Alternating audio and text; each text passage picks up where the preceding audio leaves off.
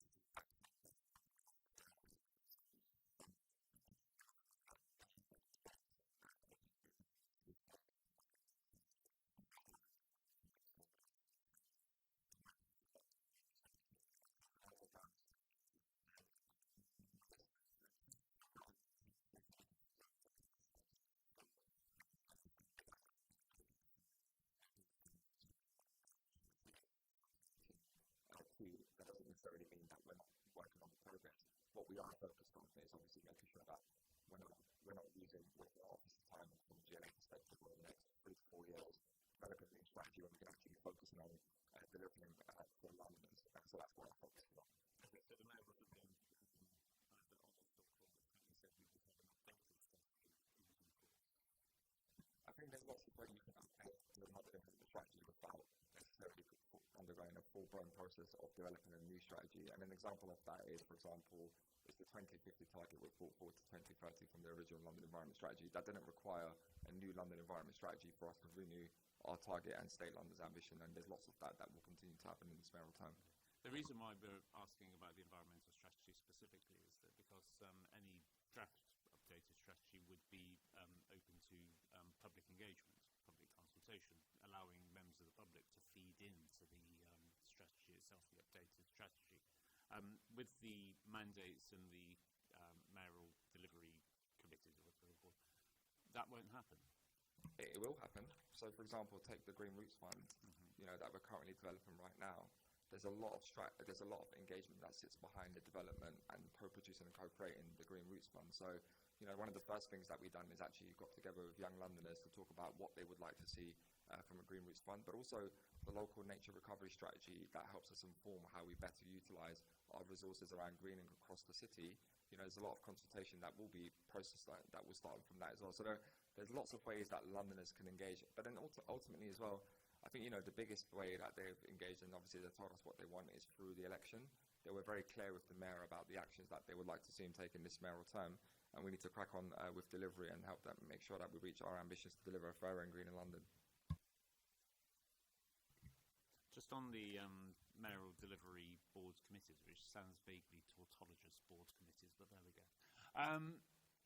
We've seen in the Police and Crime Committee that there's the new London Policing Board, which has been set up, which is effectively crammed chock full of appointees from the mayor, who all sit around telling him what a marvellous job he's doing in terms of policing and crime. Can we get an assurance that these board committees will not be simply full of mayoral appointed yes persons? Sorry, which boards are you referring to? Are you talking to the mission boards? Mayoral Delivery Board Committee, the Transport, Infrastructure and Natural Environment and Housing and Built Environment Mayoral Delivery Board Committees. So the two environmental mandates are managed through two different Mayoral Delivery Board Committees. Okay, do you want to comment on this? So those Mayoral Delivery Board subcommittees are internal meetings within the GLA. So there's a mixture of mayor's office staff there, including the deputy mayor, but also officers like me and Pete also attend those meetings. I should just say the purpose of that, which is really important, by the way, I should say, is partly because we want to make sure that across all of our delivery plan, like sort of the program of work that we're doing, that there's real cross-cutting elements.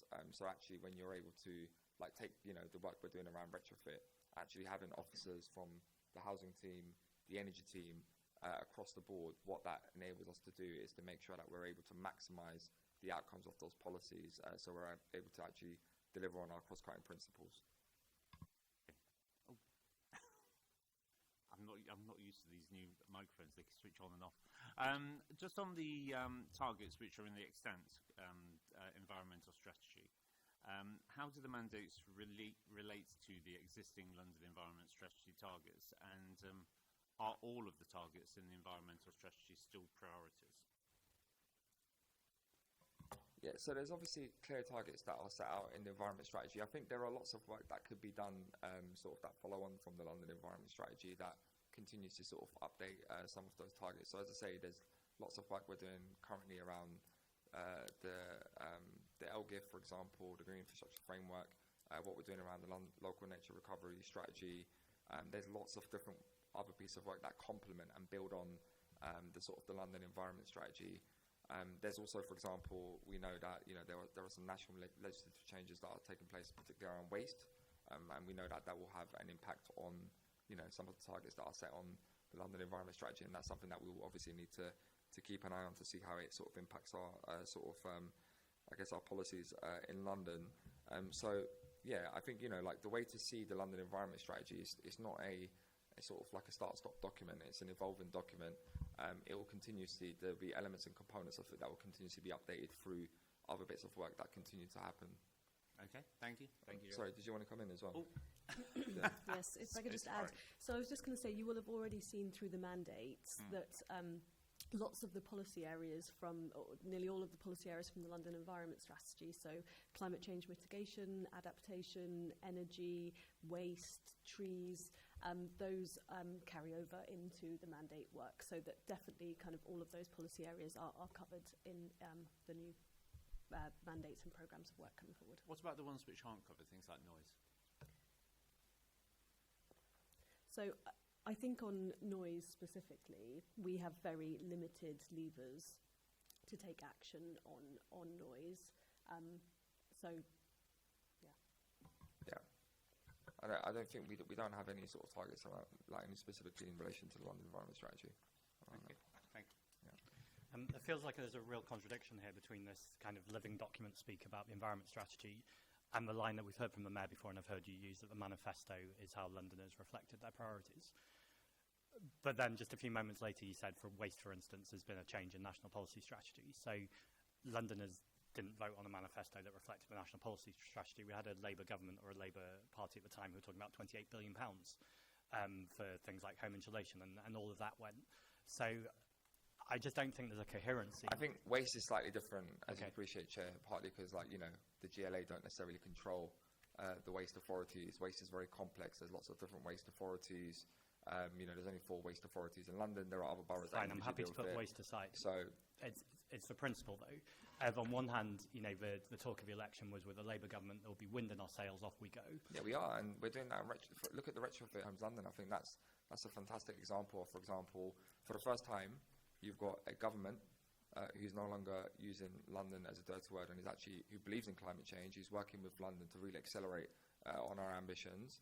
You've got a London mayor who is the most ambitious that we've had, not just here in the UK, but globally on climate action. And then you've also got formidable London councils who are also equally very passionate and sort of have, you know, ambitious targets around climate change. And what we hope to see, and what my job is making sure that there's alignment across all 3 layers of governance so we can really maximise sort of the outcomes that we want to see for London.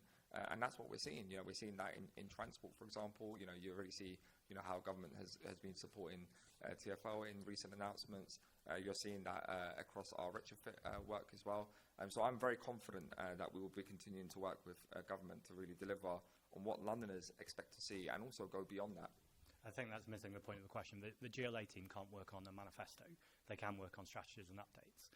And so the idea that this manifesto was something that reflects what's going on now is just an inaccurate statement. You can say that the GLA team are working on the strategies and mandates and they're reflecting the priorities of Londoners. But my next question then is, so the Green Routes Fund, what has been the public involvement in that? So, as I've said, the Green Routes Fund specifically, we're currently undergoing a process of developing the fund. There's 2 parts to it. So one of the things that we wanted to do was make sure that whilst we're going through the process of developing the Green Routes Fund, when it's out there for the public domain, we're very clear that we want this to be a new way of how we can fund support community-based projects. So we want to develop this in a sort of a national lottery-style grant, which is an open grant all year round where residents or community groups can apply all year round to deliver community-based projects. Whilst we get to the point where before we even get there to the point where we announce it, what we wanted to do was to be able to go out there and actually start delivering some of these engagements, and actually working with National Park City Foundation. We've been able to deliver some micro grants across London, supporting very micro projects, you know, ranging from £500 to £2,000, you know, things that make a real tangible difference in urban spaces. And that's one of the things that we have been working on.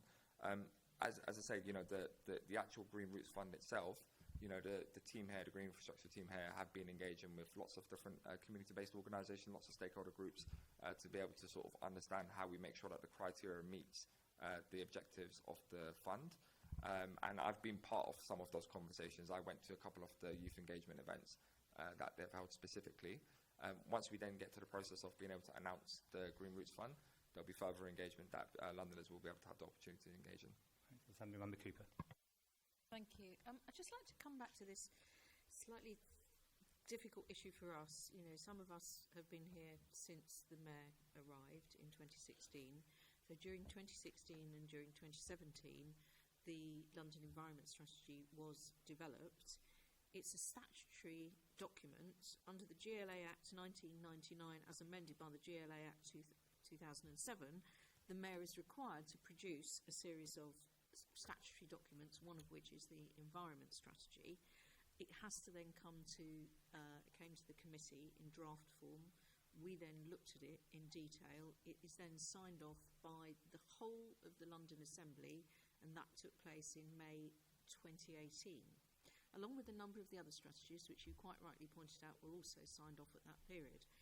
If there's going to be a material amendment to the strategy, which there may or may not be with some of the work that is now being carried out, the deliverables that you're talking about, swimmable rivers, for example, isn't in the strategy.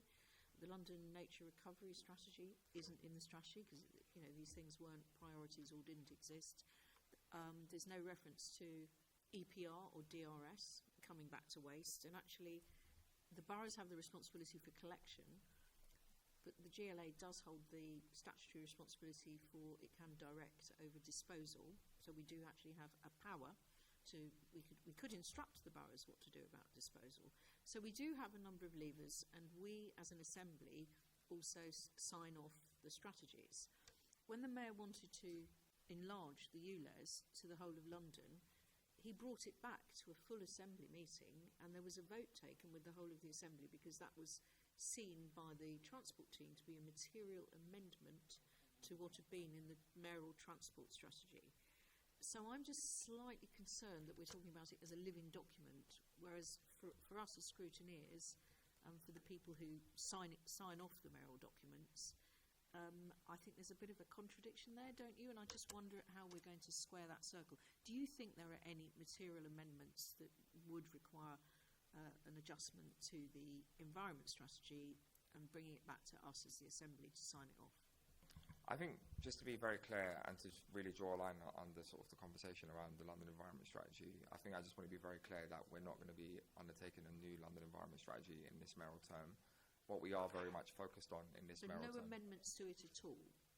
There may be elements of it, and we have to sort of see, and I have to take that away with officers, if there are parts of it that we need to amend in line with our programme of work. But what we're very much focused on in this mayoral term is making sure that we actually deliver for Londoners, and actually focus on our programme of work. So I understand that, and I'm not asking for a whole new strategy. I was just asking about amendments to the strategy that may need to come to the Assembly. And that's, I think we may be in an area where some of these very, very great projects that you're talking about, and the delivery, obviously, you know, we really want to see them delivered. But from our point of view as scrutineers, there is an issue. And the people who sign off, you know, we signed off the mayoral budget. You know, just last week. So, you know, and we are supposed to sign off the strategy. Yeah, of course. I mean, so yeah, just to be very clear, if there are any components that need to be amended or updated, and that's something that comes forward, of course, you know, we'll follow the due process that is set out, as you say, by the GLA Act, and we won't be obviously doing anything other different. I think that probably nails down the area of greyness, really. Thank you for that, Deputy Mayor. Thank you, Chair. Thank you. Assembly Member Bafous. Thank you, Chair, and thank you all for joining us, and welcome, Megan. So I'm going to be talking about waste. We've already touched on it a couple of times, and it may be, Pete, you want to come in on some of this, but just to start off with, there is, and these targets were set before COVID and the impact of COVID on recycling rates across London and the UK, but we do have a target of 45% of household waste collected by local authorities to be 45% recycling rate by 2025. Where are we at the moment? So the latest data estimates municipal waste recycling rates at 42% for 2020. That's the latest figure I have here. So that's for 2020, and obviously there have been published figures subsequent to that in terms of in 21-22, I think. Do we have those figures at least? That's the latest data I have here. I'd need to go back and check with the team, but I'm assuming that is the latest figure. There is a lag in terms of getting some of this data published. Yeah, we'll try to get you the most up-to-date sort of data. I think one of the things, Assemblyman Matthews, as you're very sort of aware of as well, is that partly the challenge we have in London, and you know, which is why you know, I should just say London, in comparable to other cities of its size, is, you know, outperforming in terms of, you know, but we have seen stagnation across England in terms of recycling rates. There's lots of complex reasons for that, particularly in London, partly because we know that, for example, we have very huge social housing stock and loads of council estates, and it's much more difficult to. So if you go to most boroughs, for example, they'll have much more higher recycling rates on their on-street properties via their estates. I remember when I was in Hackney, for example, our on-street properties had 42% 47% recycling rate, sorry, and then our sort of council estates had 14%. And so there's a huge challenge there. There's lots of challenges that have made it more difficult for councils and the waste authorities around that, be it the issues around the financing that we spoke about, because if you are going onto an estate, for example, actually changing some of the infrastructure, making sure they've got the right adequate infrastructure, the behaviour change work, lots of councils don't, or the waste authorities don't have the adequate teams around how they can help support residents around the behavioural change work. So it's quite complex, but there are some things that we hope that will change and improve our recycling rates in London. So, you know, the new simpler recycling scheme coming forward, particularly bringing businesses and how we sort of measure some of their waste into that will help make a big difference. There's also lots of positive conversations that we're currently engaging with DEFRA officials on as well. So we hope there'll be some national legislative change that would also help, you know, us sort of, you know, contribute towards our 2030 target, particularly of recyclable rates. But I also think that fundamentally, we also need to be very realistic about the challenges that we faced, and ultimately, you know, and this is partly in relation to my role as Chair of Free London, and I know we've engaged with Chair of Free London before, you know, there is a question mark about the type of economy that we live in and the consumption levels that we have, particularly in relation to thinking about, you know, actually waste at its source and really thinking about waste reduction. Waste reduction has to be at the core of our strategies as we move forward. And so one of the conversations that I'm continuously having with, you know, my ministerial colleagues in government is around how do we deal with the issue around waste reduction. You know, reuse is really important. Yesterday we launched London Repair Week, over 230 events happening across the city this week. Reuse obviously is really important, recycling is really important, but we've got to focus on waste reduction. Sorry, could I just come in? Just back to your point about the latest data on household recycling rates. So I believe in the latest data is 22-23, when the rate was 32.7%. So I just wanted to come back on that. Sorry, I think I gave you the municipal rate. My apologies, I misheard your question. So that's household and municipal. Yeah, so household, the target is 45% household waste, and the latest data is 22-23, when it was 32.7%. Yeah, so and obviously, as Mette and you've all set out, there has been that stagnation in the last few years because of the impacts of COVID.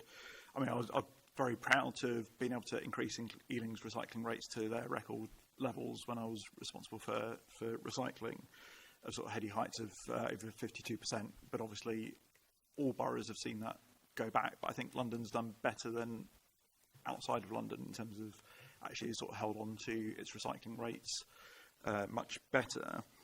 I'm going to come back to a number of the points that you raised, actually, Mette, but first of all was that obviously each borough is responsible for the reduction in recycling plan. There was a review of those carried out last year. What did that review show? So, I mean, obviously, again, what I've said is that, you know, we've had a number of different waste authorities in London, and each one of those waste authorities and obviously the councils obviously face individual unique challenges to their own, partly because, again, there's lots of difference in challenges around sort of like the way they sort of sort waste, what they collect, and all of those sorts of specifics as well. As I've said, and you know, I've had lots of conversations with some of my former peers across London as well.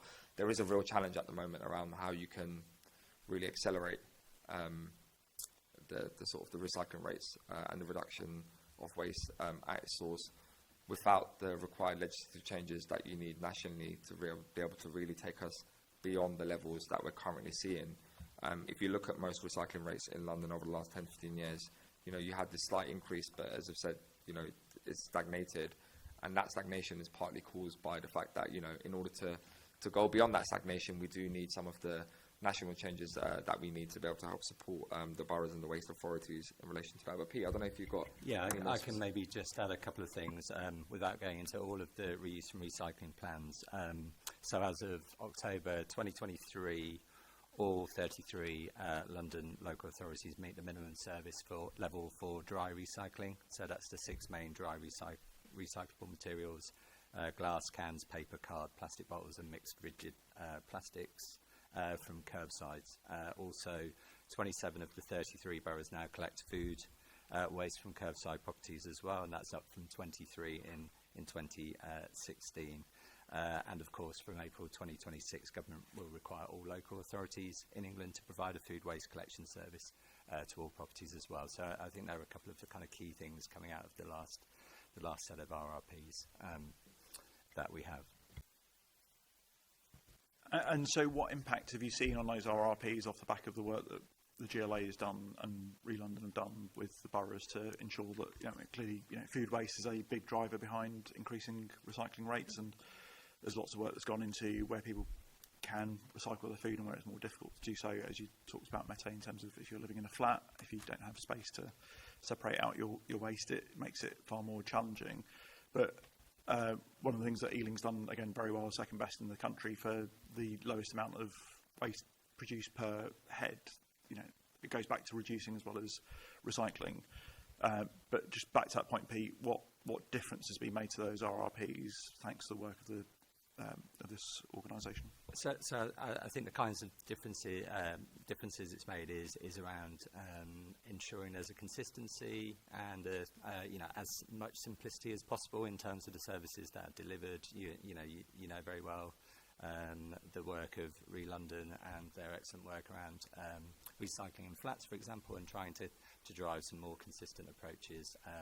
Because key obviously to all of this is providing good quality services, but services that Londoners can use and they're straightforward to use, and that everyone gets that. So it's that sort of clarity of simplicity and consistency of approach that we've been really trying to push through the RRPs and with Re-London. So absolutely, with a very mobile community across London, it's having that consistency and simplicity is the sort of two key things.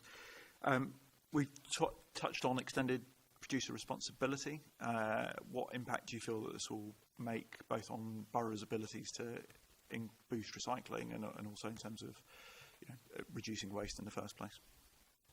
Yeah, that's a great question. And again, it's something that, we're in conversation with the boroughs and obviously waste authority, particularly in my role now as chair of Re-London. I think there's definitely a question mark around, obviously, like the resources that it unlocks to be able to sort of again, further than that. So one of the things that I'm very interested in is really thinking about the role that Re-London has in all of this. And I think, part of,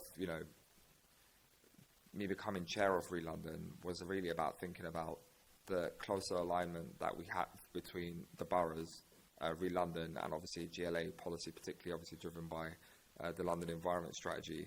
I think if I'm being totally honest, it wasn't always historically clear the role that Re-London had in terms of really supporting the boroughs. And I only have to reflect on that from my time in Hackney, where it wasn't always obviously clear what the sort of the overlap was. So part of what I'm trying to do with Re-London right now, particularly in relation to the EPR as well, is really thinking about actually, some of which Pete is talking about too, is that there are statutory things that the GLA can do, and obviously mainly it's around holding the authorities to account and obviously making sure that we're at the targets. But actually, we need to go more than that, and that's where Re-London could play a huge role in terms of making sure that we're sharing best practice. We're able to think about, in the North London Waste Authority, they do some incredible work, particularly around mattresses and collecting mattresses. I know Assembly Member McCartney will be very aware of that. It's something that we're very proud of in the North London area.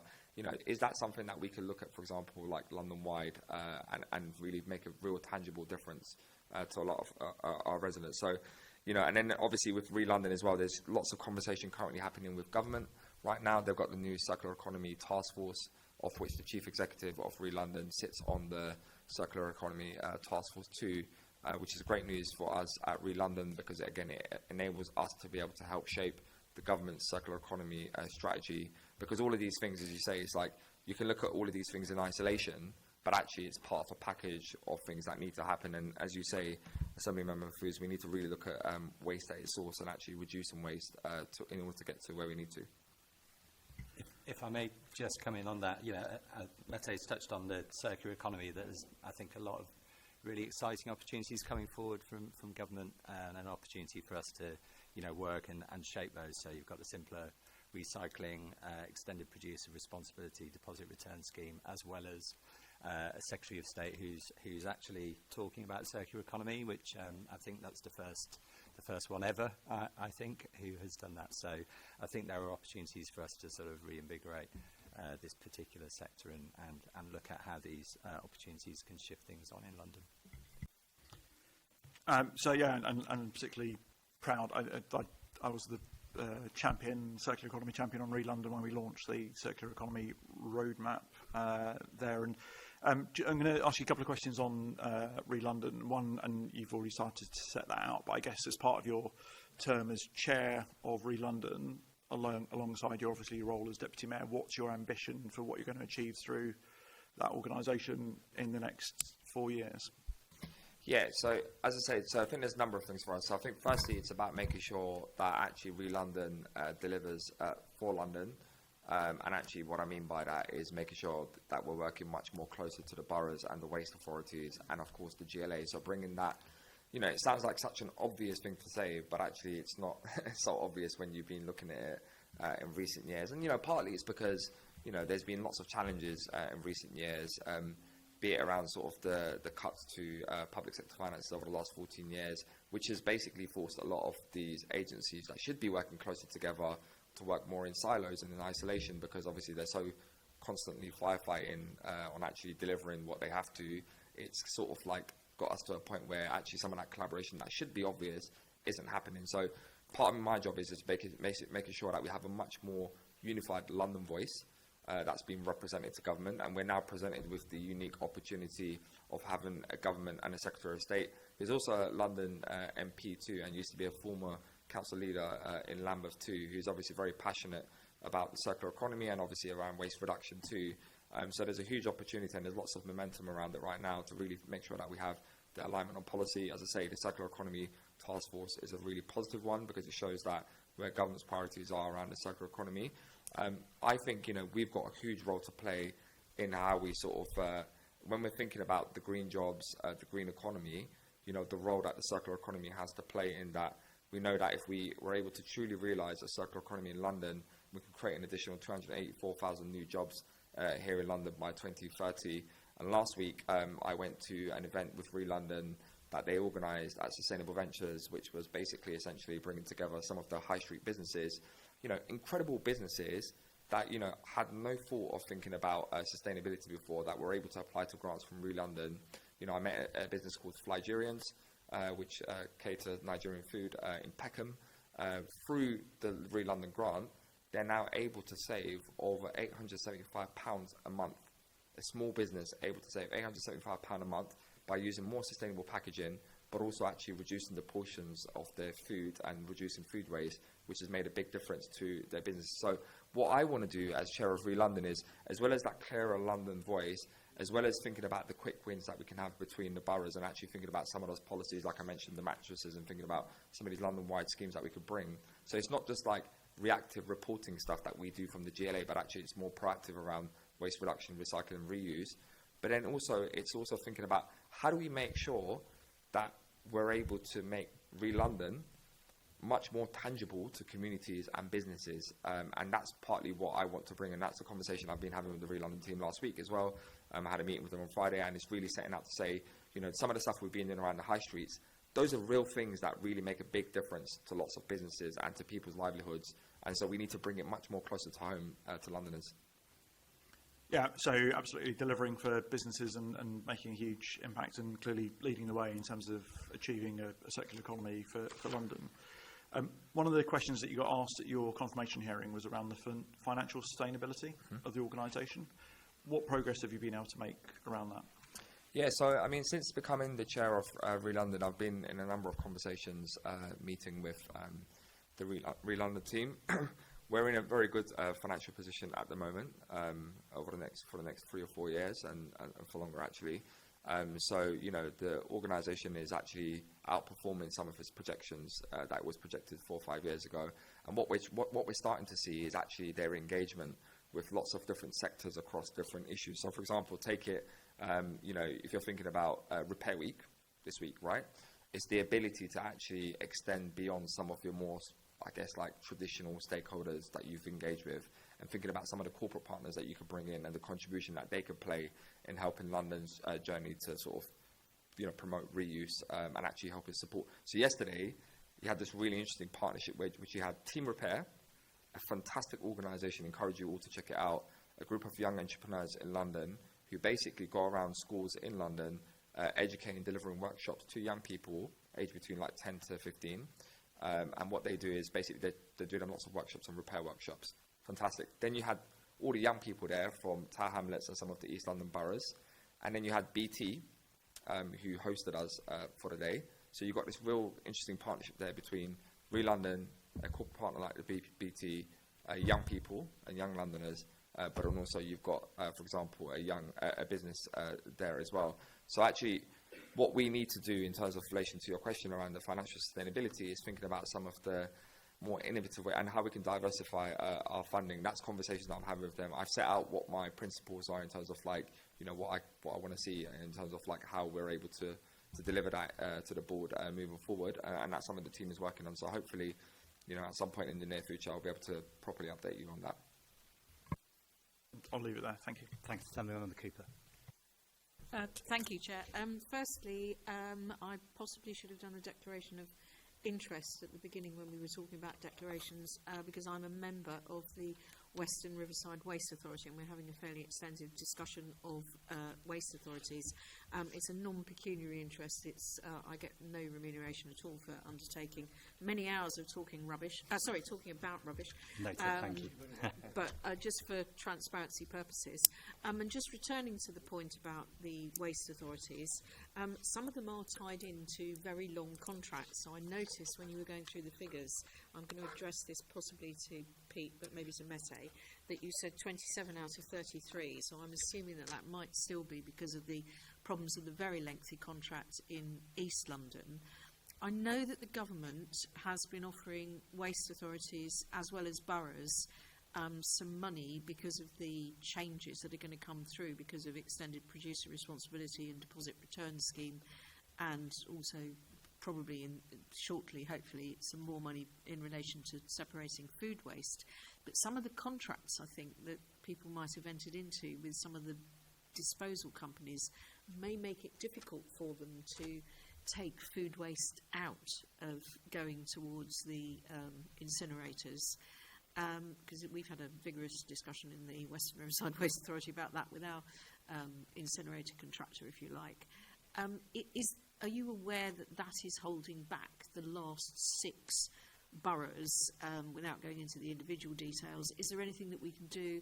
Are they going to potentially be financially penalised if they start removing things from the waste stream, if they've got a very lengthy contract on top of, you know, that might make it quite hard for them to achieve some of the new really welcome initiatives from government?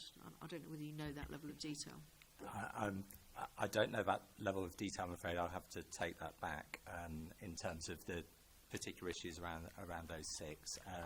But, you know, as I've sort of mentioned, for April 2026, the expectation is everybody is doing this, and certainly we don't tackle the climate emergency by slowly moving things up a waste hierarchy, which is, you know, based on 20th century and 19th century technologies, right, just burning stuff. So it's contracts are challenging, but Yeah. that, you know, And some of them are very we need long to- to bring yeah. prices down. yeah, we Because do of the need to points that solve these Mette was sorts of making issues. earlier.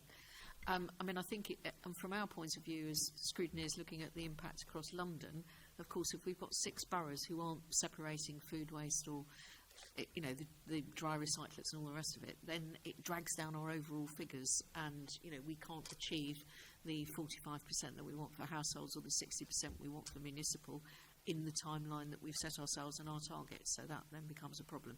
So perhaps if we could get some more information from you on that, I think that would be helpful. I think just to say, I think Assembly Member Cooper raises a very important point here, which is partly the complexity that I was talking about in London, which is, but I think, again, partly the role that Re-London can play, or we can play as GLA working in partnership with Re-London and obviously the boroughs, is recognising that, for example, there will be some boroughs, as you say, who are like tied into these contracts, is actually setting, like some of these guiding principles of where we want to get to. So when you're ready to make that transition, or you're able to sort of come out of the contract when it expires, then it's like, trying to seek commitment from some of those waste authorities to actually move to bring us more closer to alignment. And that's partly the conversation that I'm having with Re-London at the moment. Obviously, the Re-London has a board, but the Re-London was called the board originally during Assembly Member Mafusa's time. And, what I'm currently seeking from Re-London is actually to have a working group with the boroughs specifically and the waste authorities, because it's not always so clear. I think, as I say, we need to work much more closely with the waste authorities, recognising exactly the points that you've been making, Assembly Member Cooper. So I think that's something that we'll take away. But I think we should get back to Assembly Member Cooper on the specifics, and we'll raise that with the team here and try. Because it kind of undermines because I seem to remember dragging Assembly Member Foos to come into the Environment Committee to talk about the fantastic work Ealing was doing, which he was obviously then able to promote through Re-London, and Hackney's done some really interesting stuff on flatted blocks that we also heard about as well from Ferriol Clark. But it kind of undermines it if we don't get it across the board. Thank you, Chair. It would be good to get that information. For sure, thank you. Point well made. Assembly Member Prince, thanks for your patience. Thank you. Morning, Mr. First of all, I'd like to thank you for inviting me along to Upminster when you were at St Joseph's School in my constituency. I thought it was a very good meeting, and I think it's very welcome that you, as one of the deputy mayors, are very inclusive. So thank you for that. Appreciate it. And nice to see some mayoral representation out in Zone 6 as well. We don't see much of the mayor out there. First of all, I'd like to start with a bit of a technical question. This is about RRPs and the Assistant Director's report. And in there he said that emission performance standards and carbon intensity floor measures, there is some nearly £25,000 worth of funding. It's £24,999. And the question is, what has been the outcome in relation to emission performance and carbon intensity floor measures as a result of that? We'll call it investment. Anyone want to have a stab at that? I don't have the outcomes to hand. I'm happy to look at offers. If not, it might be something I have to come back to you on. Yeah, I think. Sorry, if you could send us. We'll definitely send you that. Fine. Yeah, I'll make sure we get you a response on that. Okay, all right. There's also this thing, it's commonly known as the Ready Reckoner, and it's relating to it's the new food waste modelling tool. It was updated in 2017, but it's been proved to be very unpopular because it's not a very accurate measure and it has limitations, and I think that's generally been accepted. But the question is, why was it used again for the 2023-25 targets when the limitations are already known? Do you know about the Ready Reckoner? Yeah, again, I think it's something that I'm going to have to unfortunately come back to. I'll write to you and get those answers.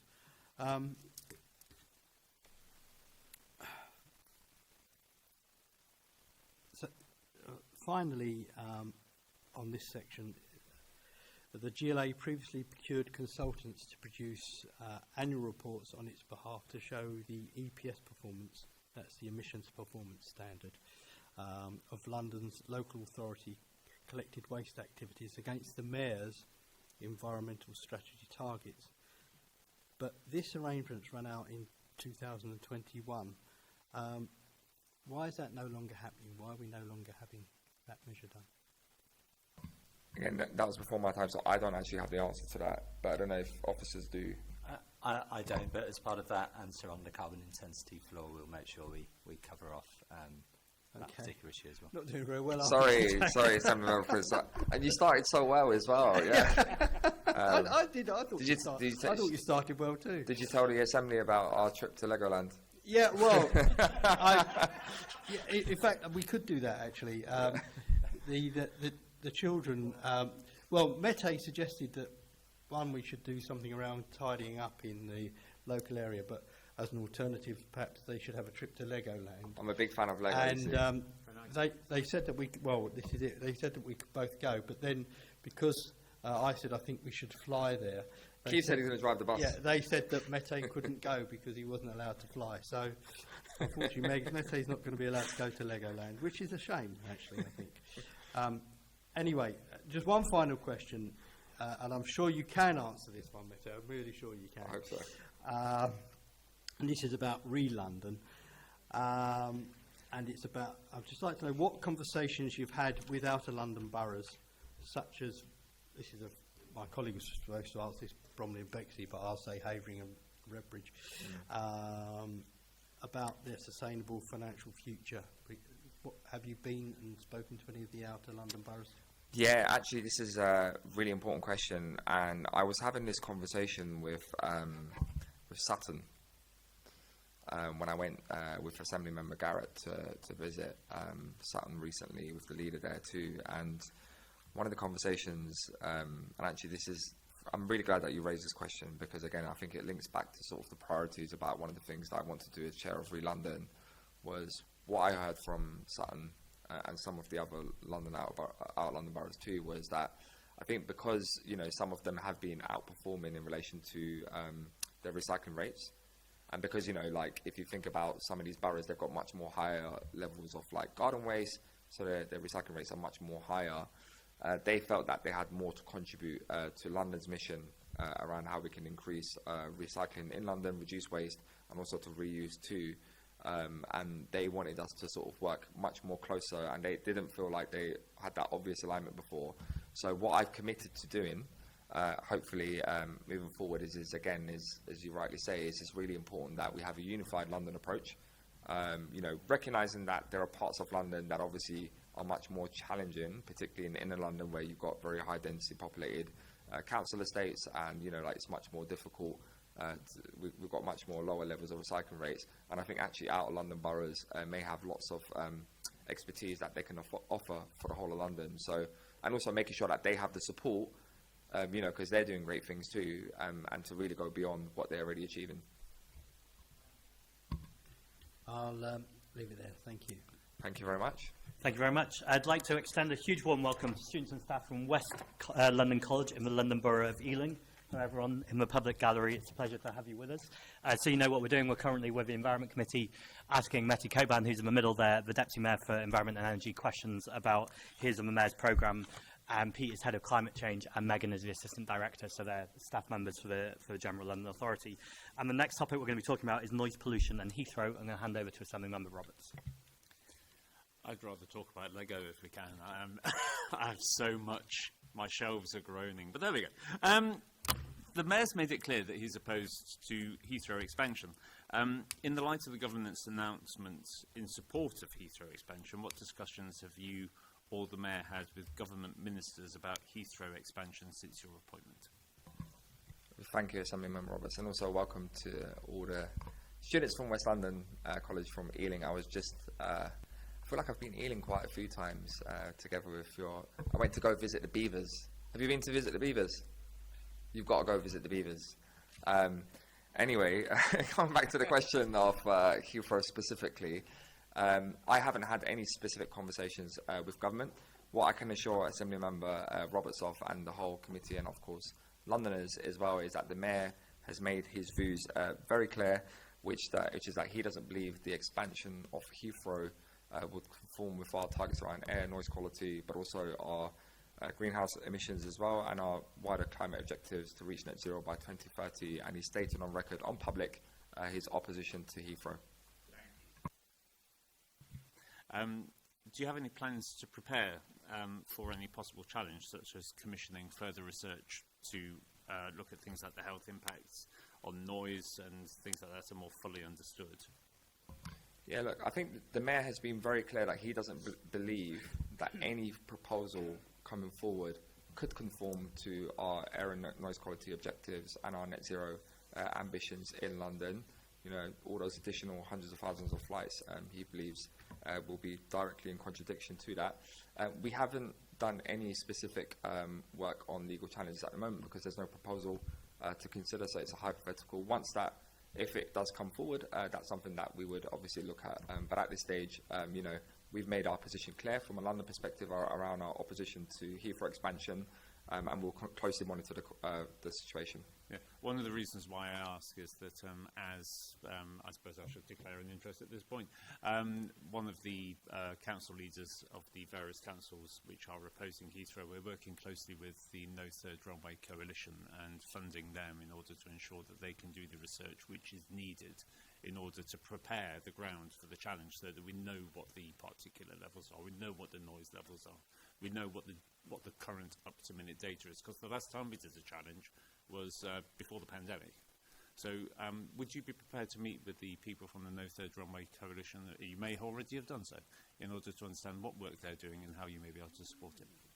Yeah, I'm always, you know, as I've said in my opening statement too, you know, like the kind of deputy mayor I want to be is, even those who we may have, you know, different opinions with, I'm always willing to meet lots of different people. Of course, you know, as I say, the mayor's made his position very clear on the opposition for Heathrow, because he doesn't believe that it conforms with our sort of air quality and also our noise pollution targets, but also what we want to see around net zero. But of course, you know, I'm always happy to meet anyone that you suggest or other members suggest for me to meet with. That's very good. Thank you. Thank you. Thank you. Can I just pick up on that? So if I was a Londoner paying close attention, I would have noticed that the Mayor during the Conservative government asked for the suspension of the ANPS, the Airport National Policy Statement, as a way of stopping Heathrow expansion. When he was asked to do that under a Labour government, he refused to call on the government to do that, certainly not publicly. Now that it's too late to do that, we're now hearing that he opposes the expansion of Heathrow. I'm just wondering what you'd say to that Londoner about the apparent contradiction about who's in government and his position. I think what Londoners will see from the Mayor is that the Mayor has made his views very clearly about his opposition to the expansion of Heathrow. You know, he's very aware that Londoners are very concerned about the additional flights capacity in Heathrow and the impact that that will have on air and noise quality. And what Londoners will see is that the Mayor is standing up for London and showcasing his opposition to the potential expansion of Heathrow. So why didn't he take the action at the time he could take it to stop the expansion? I think the Mayor's been very clear about his views on Heathrow, as he stated out publicly on many occasions. Well, I think it was words, but not actions. But I'll move on. Assembly Member Cooper. Thank you, Chair. Two points. One actually follows on from Gareth. Gareth obviously represents London South West. My constituency is Merton and Wandsworth, and the Wandsworth part is as badly impacted as London South West. So I wondered if you'd had any discussions so far with any of the boroughs or residents groups, not just No Third Runway, about the Heathrow expansion at all since your appointment and since the announcement. And the other question is about sustainable aviation fuel, which has been sort of mentioned or prayed in aid as something that might help reduce emissions. Do you have a view of sustainable aviation fuel? Do you believe that this could actually make Heathrow expansion viable at all in terms of impact on air quality or on net zero targets? Thank you. Yeah, I think in relation to your first question, I mean, there's been a number of different representations that have been made from various different stakeholders, be it borough leaders, be it members of parliament, councillors, and obviously Londoners themselves who've written to the Mayor or to myself to make their views very clear about where they stand with Heathrow. So there is lots of engagement that the Mayor's office is having with lots of those different stakeholders. And, you know, of course, the Mayor will obviously have his own lines of channels. So I think there is clear engagement there. I mean, obviously, there is a clear, I think there's a role for sustainable aviation in terms of, you know, the contribution. And we know that, for example, aviation can bring lots of benefits to sort of our economy in many ways. But the Mayor fundamentally on Heathrow specifically doesn't believe that in any form that this could contribute in any positive way. That's why he's come to this conclusion and has made his public views very public that his opposition for Heathrow. Okay, so even with sustainable aviation fuel, which I think is only 2% of the fuel that they use at the moment anyway, and of course the other issue, which is not so much an environmental issue, but we don't talk about enough, in my opinion, is the safety issue of having an airport where planes literally fly over the whole of London to land in it, and we've just seen planes falling out of the sky into the river in Washington, and then followed by a helicopter falling out of the sky in Philadelphia and actually killing people on the ground as it came down. So I think safety also needs to be mentioned as often as noise pollution, air pollution and net zero. But I'll leave it there, Chair. Thank you. Absolutely. Thank you. We're going to move on to the topic of greening, and that's Assemblymember Prince. Thank you. Let's have a go at this one. Okay, right. So, what will be the consultation phase of the local nature recovery strategy? What will it involve? Will it involve in-person events as well as online consultation? Yeah, look, I think firstly it's very important to use this as an opportunity to talk about the purpose of the local nature recovery strategy. The local nature recovery strategy will help inform London's mission to help create more access to green space, but also to help nature flourish across our city. We know that this is a huge social justice issue. I always talk about there's lots of residents in London who don't have access to a garden space, and actually having good public, vibrant green spaces is really important for children to go out and play, for families to go out and unwind, and also to bring communities together.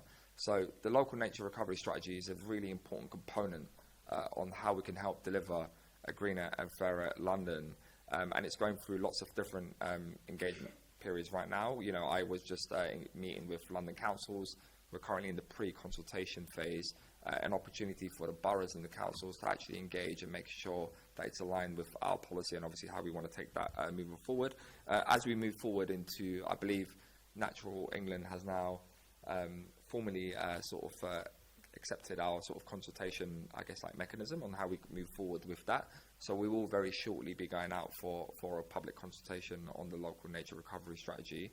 And that will involve, obviously, the very online and usual ways in which Londoners and groups can engage, but also, the team and the green infrastructure team at the GLA will be also having lots of various different stakeholder engagements and in-person events as well, where people will be able to feed into that.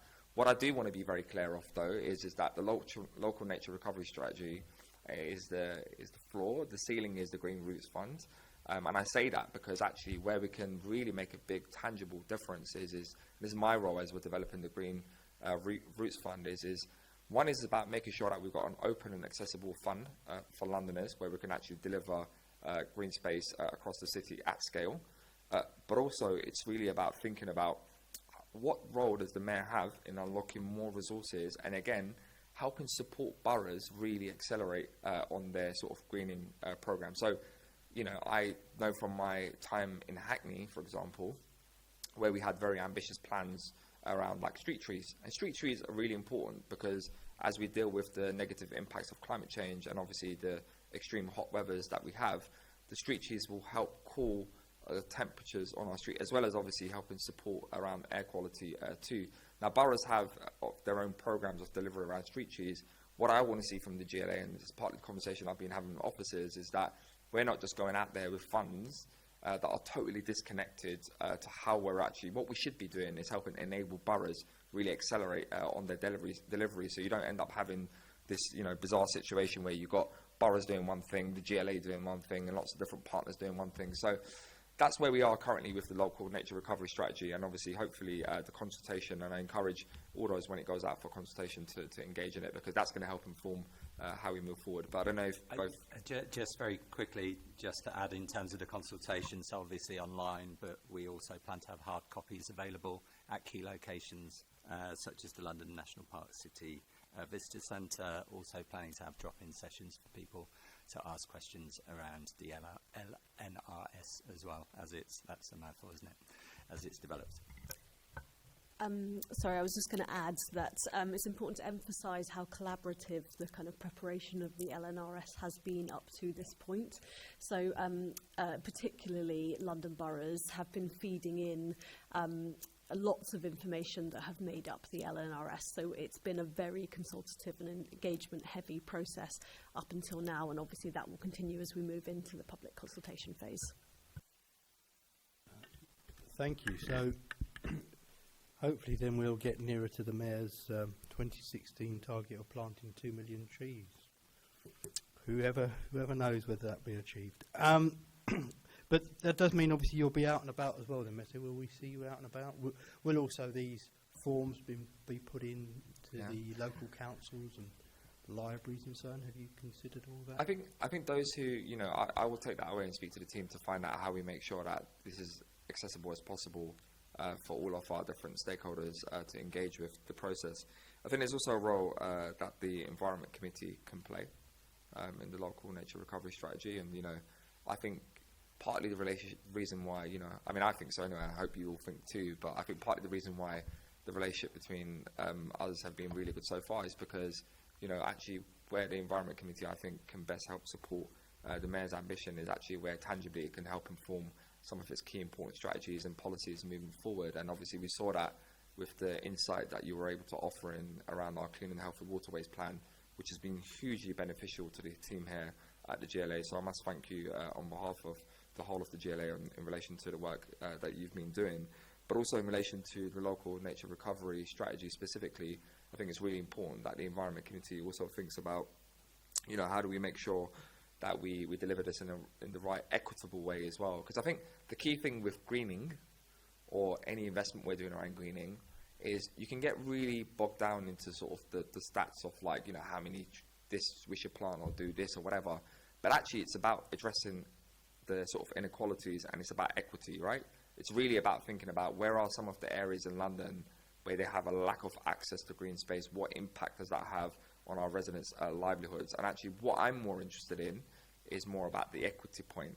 So I think, you know, actually, you know, the committee looking at this will be very, very helpful to help inform what we're doing. I mean, that is a good point, because we know that that lack of outdoor accessibility does have, certainly in regards to younger people, does have an effect on their mental health, actually. There's been some research done on that, so I think that's really important. But it is also, the point I was trying to get to is that will we, not necessarily see you Meta in person, although I'm sure we will we have actual interaction, not just online forms, which a large percentage of Londoners can't actually deal with. We'll have physical forms. Will you actually go out and proactively engage? And obviously you're always welcome in Havering and Redbridge. Yeah, absolutely. And look, I'll take that away with the team to make sure that we're able to, and also specifically to your constituents in Havering and Redbridge, to find out what our plans are in relation to sort of engagement in person events there. As you say, not all residents are able to engage with online forms. But also there's a role for the boroughs to play here as well. And that was my sort of, like, I guess, plea with the boroughs is, like, you know, really engage in this process and really think about your engagement also through the boroughs, because obviously the other thing is like, you know, as you rightly know, this Senator Prince, is that, you know, boroughs will know their communities much more closer than we know it over here.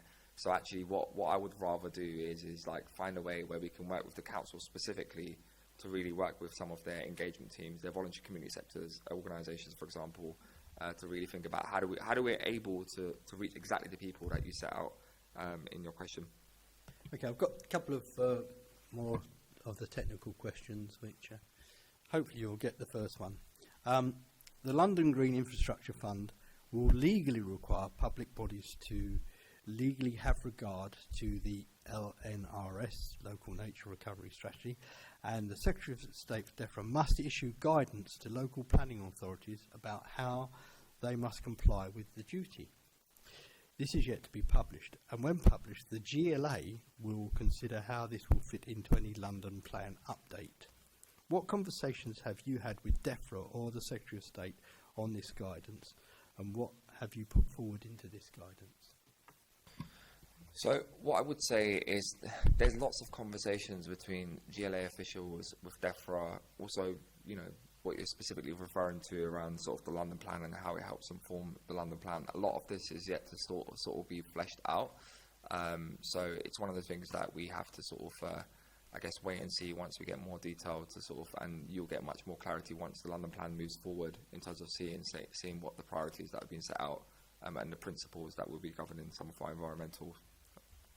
So I take it from that, it's not a trick question, that you haven't so far had any conversations, but are you planning to have conversations with the relevant officers and politicians in DEFRA? So I personally haven't had any conversations in relation to that. But what I do know is that there is continuous conversation happening between officials, between GLA, DEFRA, on a whole wide range of issues. So I'm happy to go away and look and see what conversations are being had specifically in relation to your question. But also there's also conversations in the GLA about some of the things that you refer to. So between the planning team and also the environment team, there's continuously, the environment team is helping support the planning team around the development of the London plan and making sure that they've got the right research and support that they need to make sure that we are able to, have an ambitious programme of environmental protections for our city. But you're happy that those conversations are happening, although you haven't had them yourself? They are happening. So the Green Infrastructure team are engaged with DEFRA and MHCLG, seeking clarity on exactly those Thank issues. you. One last question, Chair.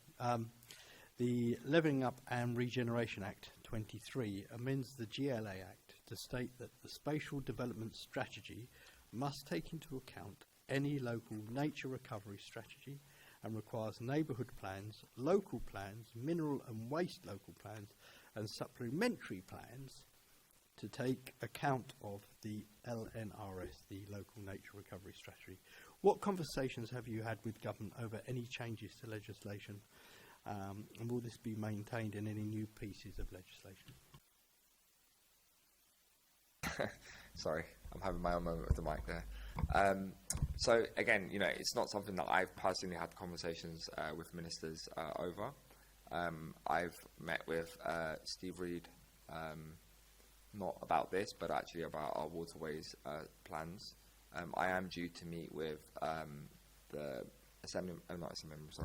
Minister Mary Cray, which obviously a lot of this work kind of falls under. So it's something that I will be picking up. But as I say, GLA officials are continuously in conversation with DEFRA around this. Well, perhaps you can get when you meet with your friends and colleagues in government, you can put these two on the agenda just for a little chat. Sure. Alongside my many list of things to speak about, yeah. Thank you. Thanks, Assemblyman McCartney. Thank you. We've recently had updated data on canopy and green cover published last year, and it indicates that the London Environment Strategy has been very successful in that now more than half of London is green, I think up to 51.7%. But it gives little further information about progress to increase the canopy cover by 10% by 2050. Obviously, trees take time to grow, so it's not like you could have yearly targets, but you've talked a little earlier about a new approach to trees, trying to be more coordinated. What do you expect that progress will look like, and how will we be able to monitor that? Yeah, so I've got some answers that I want to give you, but I think Megan wants to come in on the technicality on this. So you come in on the technicality, and I could talk a bit about what some of our plans are. Great. So I'll give the boring technical answer first. So just on canopy projections and how it fits with the targets. So we have a new way of measuring canopy cover, essentially. So that means that our new method of measuring canopy cover is much more accurate than the old measure. For example, it takes into account height, which means that we are less likely to be picking up kind of bushes and things that aren't actually trees. And so we have a much more accurate methodology now, and that's why we have seen a slight dip in the percentage of canopy cover in London, rather than, as we would have expected, an increase. And so with this much more accurate methodology, we have a bit more confidence moving forward. I'm sure the Deputy Mayor will speak about this in a second, but obviously we have, since 2016, funded the planting of over 500,000 trees. And so over the next decade and beyond that, we would expect to see that canopy cover increasing quite significantly. Yeah, and just to say as well, I think it's about making sure that we've got the right types of species of trees as well, which is really important. I went on their visit recently to, I must remember the name of the launch of the Kew Gardens, done some incredible research specifically in relation to the types of species of trees that we plant around London. And one of the things that they done was a sort of a public realm strategy, which was basically looking at, helping support boroughs. And this is part of the work that's happening with the Green Infrastructure team here, using the science-based knowledge that we're getting from Kew Gardens and making that available to all the boroughs. But it's basically looking at, making sure that we're planting the right types of species of trees, because obviously, they serve different purposes. And obviously, as we deal with the negative impacts of extreme weathers as well, we need to make sure that we've got the right adequate trees, rather than sort of this issue of what number of trees do we have, and then also that point around sort of the equity point that I was talking to as well. So I think there's a number of things that what I've tasked the team to do, to work with in the environment team to do specifically. So that's one, is thinking about the partnership that the action we can deliver through partnership. So that's about, we're obviously, we're the co-chairs of the London, what's it called, the Urban Forest Plan Partnership. Forest Partnership. That's it, London Urban Forest Partnership. And that's really important, because obviously it's about making sure that we've got all the right key stakeholders on the table to really accelerate the delivery and think about the obvious quick wins between each of those partners, and really making sure that we've got the right segmentation around sort of the delivery areas that we want to drive action to moving towards. And that enables us to have a much more coordinated approach across the whole of the city, but also make sure that, from some of the boroughs' perspective, and some of our, incredible organisations like London Wildlife Trust and others, for example, they sort of see their sort of they're not just working in silos, but actually they're part of a bigger picture. So the action through partnerships is really important. The second thing is basically where we have our own resources and funding available. So be it through, the Green Roots Fund that will come to play, or be it through some of the more strategic, larger investments that we'll be making across London through sites that we've identified. It's about making sure that, we're able to almost is to maximize the outcome of the deliveries by, again, teaming up with some of those key partner agencies. So I think there is a real danger that you can really go out there and sort of deliver lots from a GLA perspective, but actually you're not coordinated with the boroughs, and ultimately it's the boroughs who are going to sort of to see the most difference in relation to that. The other thing is about making sure that all of our partners have the right tools available to them, and sort of the right level of, and I think that's one of the key roles that the GLA can play. It's about, as a strategic authority, it can play a huge role when it comes to sort of making sure that we provide our partners and boroughs with the right level of science-based research, but also around making sure that they've got the right tools around reporting, around making sure that they're delivering the right types of trees as well. And I spoke about the research from Kew Gardens. That's one example of many examples that we're looking to take forward. So I think it's a very multi-layered approach. Obviously, Megan spoke about sort of the technicalities of the target specifically and how we reached the 10%. But actually, what we're also very focused on is making sure that we've got the right level of equity for London. That's the most important bit. I know that some of the constituencies that you represent, Assemblyman McCartney, for example, are some of the most urban densely populated areas with a lack of access to green space. And actually, how do we make sure that we get the right level of investment, particularly in relation to street trees as well? And also, it's got bad air qualities on parts of your constituency as well. So it's about making sure we've got the right level of investment there. So that's something that we'll continue to do. And obviously, again, as ever, we're welcome to any suggestions from the Assembly. Yep. Thank. Just one further point. I think it's also important to stress we're also focused on finding the right balance between planting new trees, which is undoubtedly incredibly important, but also ensuring that we are supporting our partners to protect and maintain the existing trees that we have, particularly given the impacts of climate change may lead to the kind of loss of existing trees. That's helpful. At least there's some more questions from me, if I may. I agree with you about the types of trees. I mean, in my street, we've had one go and something planted, which I don't think is ever going to get more than 6 foot tall, and it's quite an ornamental-looking tree, which seems to me totally inappropriate if you're talking about tree canopy. But in my street as well, and this is across London, we've recently had a tree cut down. It was a very large tree, and I've got no doubt some insurance company was responsible, but it seems to me across London, quite a lot of the reasons why councils are taking out mature trees is because of threats from insurance companies.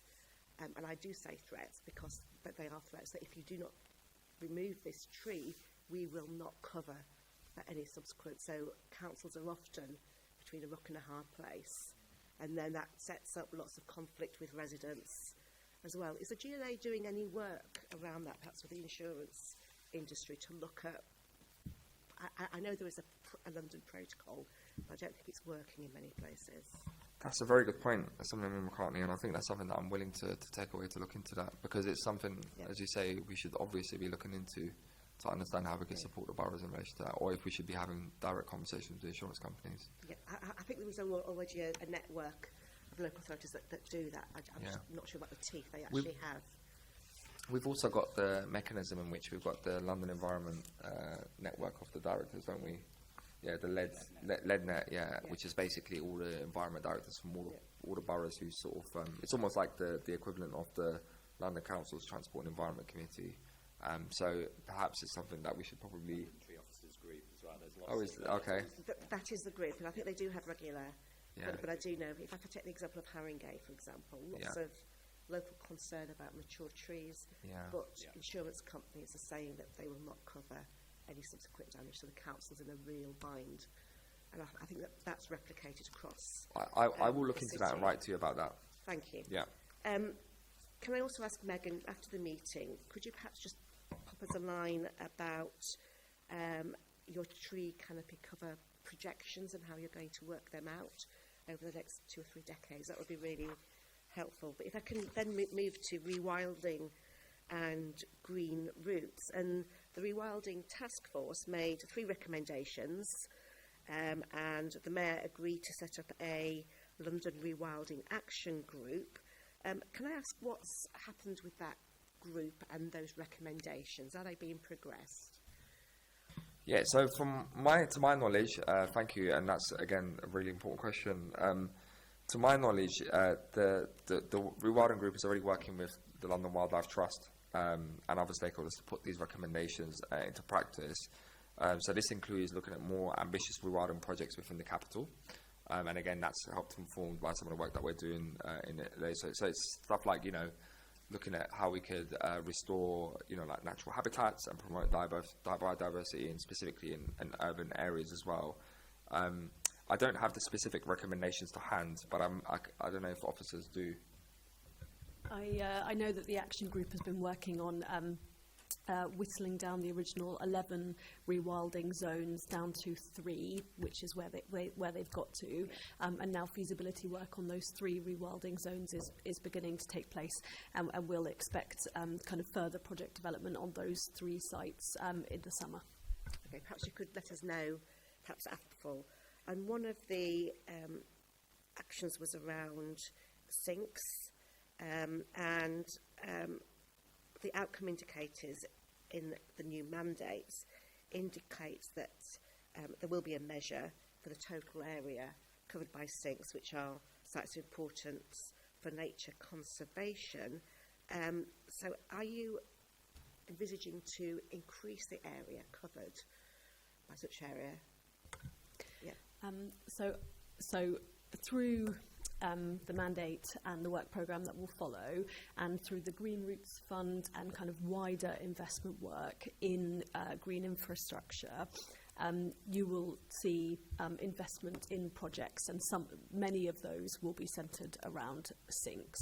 So I think there won't be a kind of specific programme of work around driving sinks further, but much of the existing work around green routes and other programmes will result in improvements and enhancements in the sink network, which we absolutely recognise is very important. Yeah. If I may just add as well, so this work is ongoing. So since 2021, the Rewild London Fund has supported 62 projects delivering 400 hectares of habitat improvements already, and round 3 of the fund is supporting another 21 projects working on in more than 40 sinks and aiming to deliver another 100 hectares of improvement.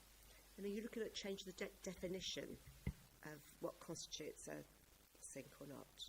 Yes, so the GLA commissions London Wildlife Trust to undertake a review of the kind of SYNC criteria, and that was predominantly to try and bring it into, it had become quite dated, the criteria, given recent changes introduced by the Environment Act and the National Planning Policy Framework. So this review will make recommendations shortly for how the criteria may want to change, but I will say what we're expecting is kind of tweaks to the existing criteria rather than any substantial changes. Okay, fine. And my final question then is about the Green Roots Fund. I think you've answered a lot of the questions I have about how you're prioritising. You talked about inequalities. But can I ask, what's the scale of funding that you're looking at? And you talked about micro grants before. Do you have any indication about what size of grants you might be given? And you also talked about it being a rolling programme rather than necessarily a hard application date. Yeah, so on the Green Routes Fund specifically, so the micro grants, which we've already sort of funded, which is, I believe, is up to 100 grand, was it? Yes. So that was the total amount of the grants that we provided, but that was to National Park City. But those are like very micro grants of like £500 and et cetera, that are given to loads of community groups. The Green Routes Fund specifically, I can't yet sort of disclose the total size of the budget for the Green Routes Fund. There will be, as you will all remember, we had various different lots of green funds before, like Grow Back Greener and lots of different things.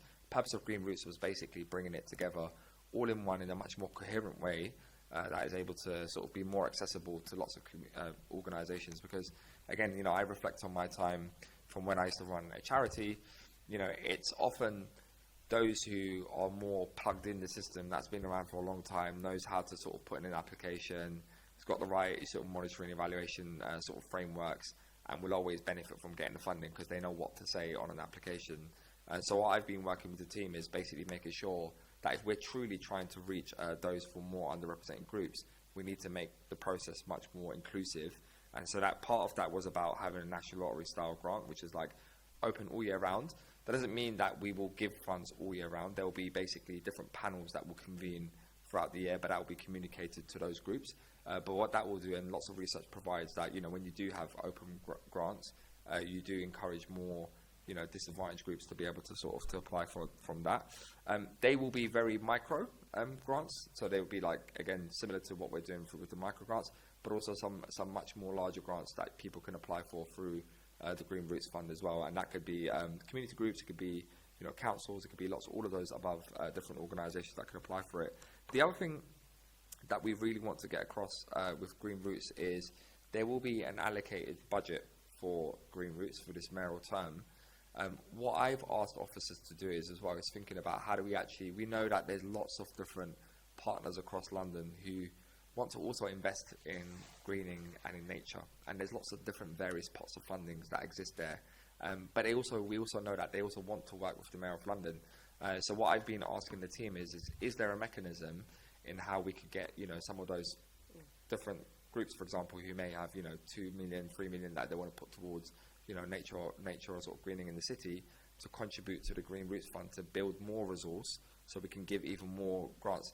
Essentially, what we do want to get the Green Routes Fund to is to really make it, if you think about like participatory grant making, for example, really getting into a place where it's a real model for city government in terms of how it funds very micro level projects across the city, and hopefully we can really build a bigger pot around it. So we will be in a position, hopefully, to be able to launch the Green Routes Fund very soon. I know soon doesn't mean anything specific yet, but I'm talking months. I'm not talking, like it will be in this side of the year, so this half of the year. And, hopefully what will happen, and what we've already started to do, if I'm being totally honest as well, is that what we don't want is the risk of delivery of projects. So we've already started to sort of warm up, starting to, as part of our engagement with a lot of the stakeholders as well, they also are aware that they can expect to see something coming out in the public domain, to think about, preparing them for applications too, and obviously it will be an open process thereafter. But, key criteria for us is really around sort of equity in terms of geographic, but also in terms of areas where we know that people who are often sort of most impacted by climate change. We're really making sure that again, we're making maximise the outputs for it. So any applicants who can again demonstrate that they're collaborating and working with other partners and also has a strong engagement track record, those are the sorts of things that we'll be looking for. Thank you. Thank you, Chair. Thank you very much. It's 11:43, so I'm going to suggest we take a 7-minute break and come back at 11:50. So 11:50. Thank you.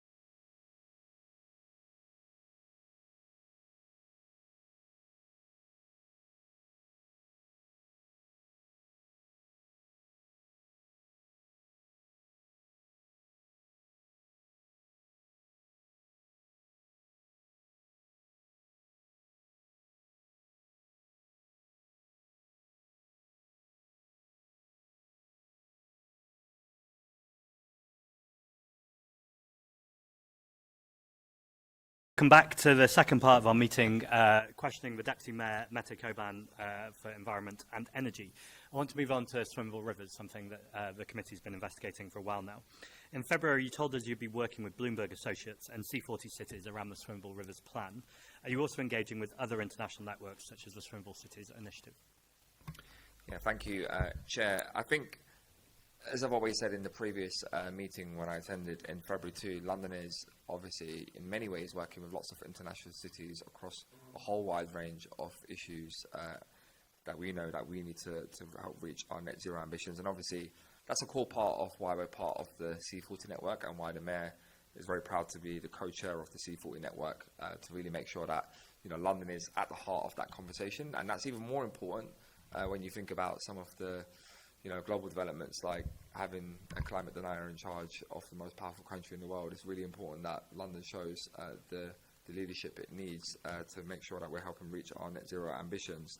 And of course, in relation specifically to your point about the swimmable rivers and cleaner and healthier waterways, yes, we are of course working with C40. We're hoping that they will be represented at the roundtable that we'll be hosting next week, which I'm sure that you'll be attending as well. Actually, I've been told I'm not attending it now because there's not enough space. Okay. I will double check that and take that away. But of course, you know, we want to make sure that there is a representation there from C42, because obviously there's lots that we can learn from other cities around the world, like Copenhagen, for example, who've done some really good work, particularly around cleaning their waterways. And yes, Bloomberg Associates are helping us to help develop the plan around the framework. There's lots of learning that they have from New York and the work they've done in the Hudson in relation to that. I'm not aware of the Swimmable Cities Initiative, but I'll take that away with officers specifically. But in answer to your question, absolutely working with international networks, and we want to continue to do that and deepen that over the next 3 or 4 years, because, you know, there's so much that London can learn from around the world, and we want to make sure that ultimately we're able to deliver for Londoners. Thank you. The Independent Water Commission is planning a call for evidence around the overall water system and role of water companies. Is the GLA planning to respond to the Independent Water Commission? From my knowledge, yes, we are planning to respond, and we want to make sure, obviously, we're committed to make sure that London's, obviously, water system is more resilient and sustainable, which can meet, you know, both our current and but also like our future needs as well. I think the role of, you know, this commission will be really important, and again, this is an important mechanism for us to engage with moving forward. Thank you. Moving on to the London Plan, which has been mentioned a couple of times, it's due to be updated in 2027. Are there any areas you've identified as needing strengthening? So, I think in answer to this question, I think where we are with the London Plan is obviously it's going through the process of development. As I understand, obviously, there's lots of conversations that are currently happening between sort of the environment team and also the planning team around the development of the London Plan. Officers may want to chip in at this point, but as I understand, there is a process of which where we identify and publicise what our priorities are. Yeah, so I think the high-level document setting out the kind of areas of focus for the new London Plan, or suggested potential areas of focus, is likely to be published in the coming month. So I think we don't have anything to add to that at this stage. Did you say month, singular rather than plural? Yes, in the next month or so. Yeah. Okay, thank you. Mette, I was watching a webinar yesterday with CPRE who were talking about the need to protect greenbelt land. This was particularly focused on Enfield, but they were making the point more generally. How are you engaging with groups like CPRE and the case they're making to protect the greenbelt, particularly in the London Plan? Yeah, there's lots of conversations that are currently happening, and there's, as you can appreciate, Chair, as well, lots of representations that are being made to myself, to the Mayor. I think, you know, as Megan rightly said, there's currently a process of developing the London Plan, and I think we've got to sort of follow that process. And of course, you know, once the appropriate process is there also for groups to engage in it as well, we'll be very much looking forward to having that conversation with them. Thank you. I have one more question, but I won't ask it, so I'll make it as a comment because I think I'll get the same answer, which is we did a committee investigation on light pollution in my first term. Please do consider that when you're looking at your London Plan work. I'm going to hand over to Assemblymember Prince. Thank you, Chair. Welcome back. So, first of all, can I ask, what progress have you made in adopting the recommendations outlined in the London Climate Resilience Review, please?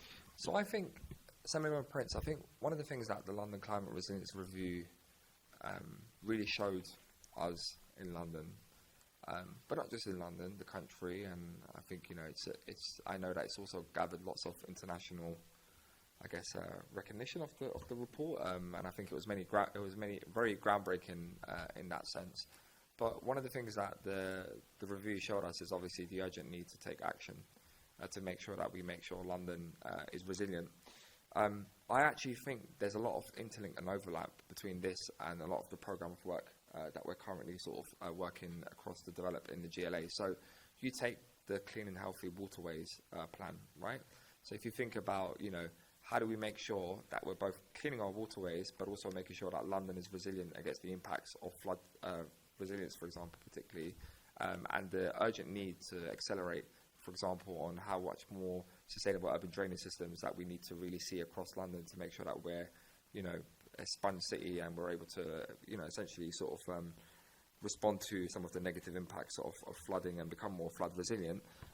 That's our focus right now. So my focus right now is basically taking the findings and also the recommendations that have come out from the London Climate Resilience Review, making sure that our programme of work is really sort of taking those principles, but then turning that into action. So there's lots of really good things happening, like, you know, there's some stuff that we're doing around heat specifically, and we obviously were successful with a European Union funding, which was the Pathways to Resilience programme, and we're able to bring in additional resource, and that's around making sure that we're looking at how we could deal with extreme heat in the city. And that's partly, again, I think one of the key things that the Mayor could do, I should just say, across all these areas is his ability to convene and pull in resources around resilience. Because I think when we talk about resilience, we've also got to think about it from the context of growth as well.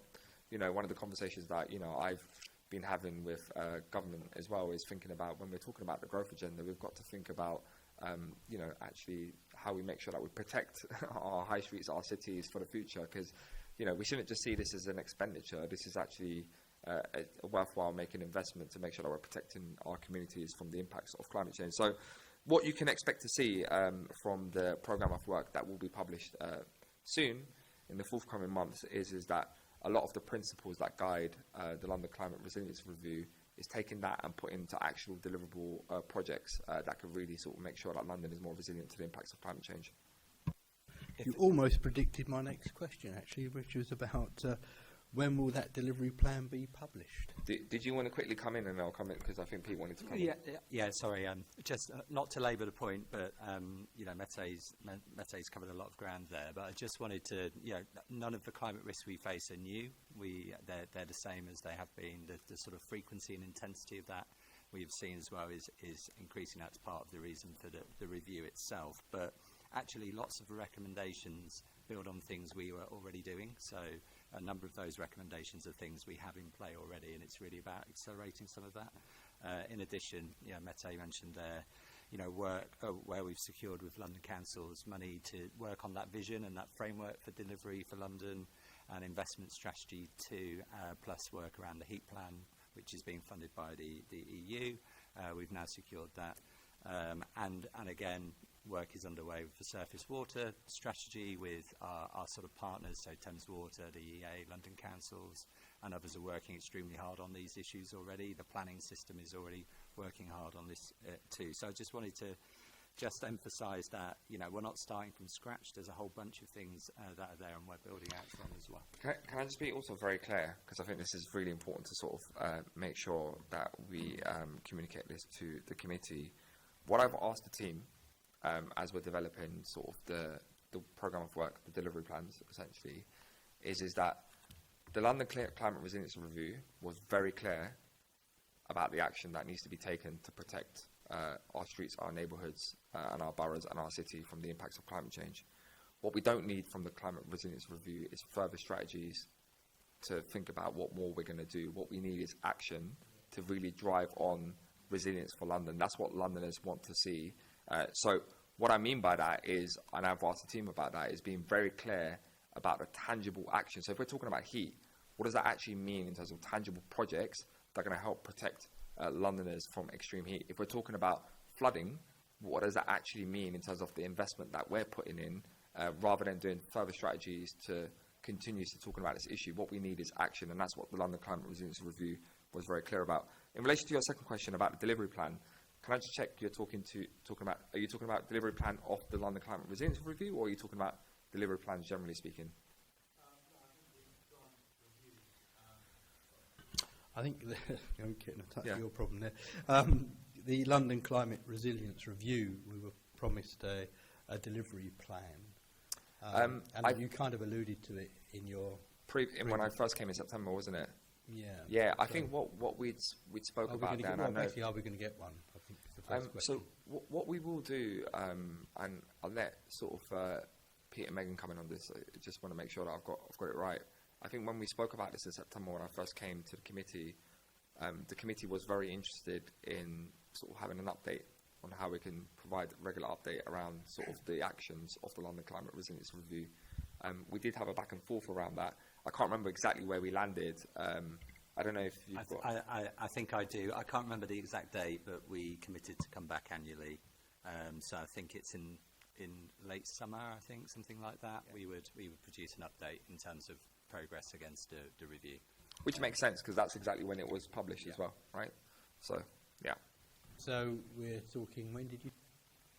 I can't remember the exact date, but it's summer. I'd need to The just review go was back and published, double check. I believe, in the summer. So I remember it was just before I was appointed Yeah. as deputy mayor. Yeah. And I remember when I came to this committee, it was September. So it's yeah, around about it's that time. I think it's July. Perhaps you could have a think about it and write to us. Yeah, let and us also I know think- when you're hoping to hit that date, to make sure that we invite you Yeah, to. I'm always report happy to on come it. to committee. Well, no, you're very good like that. Actually. Yeah. So again, you keep sort of almost segueing into where I'm going, which is good, I think. This is about recommendation 12 of the review around engaging Londoners.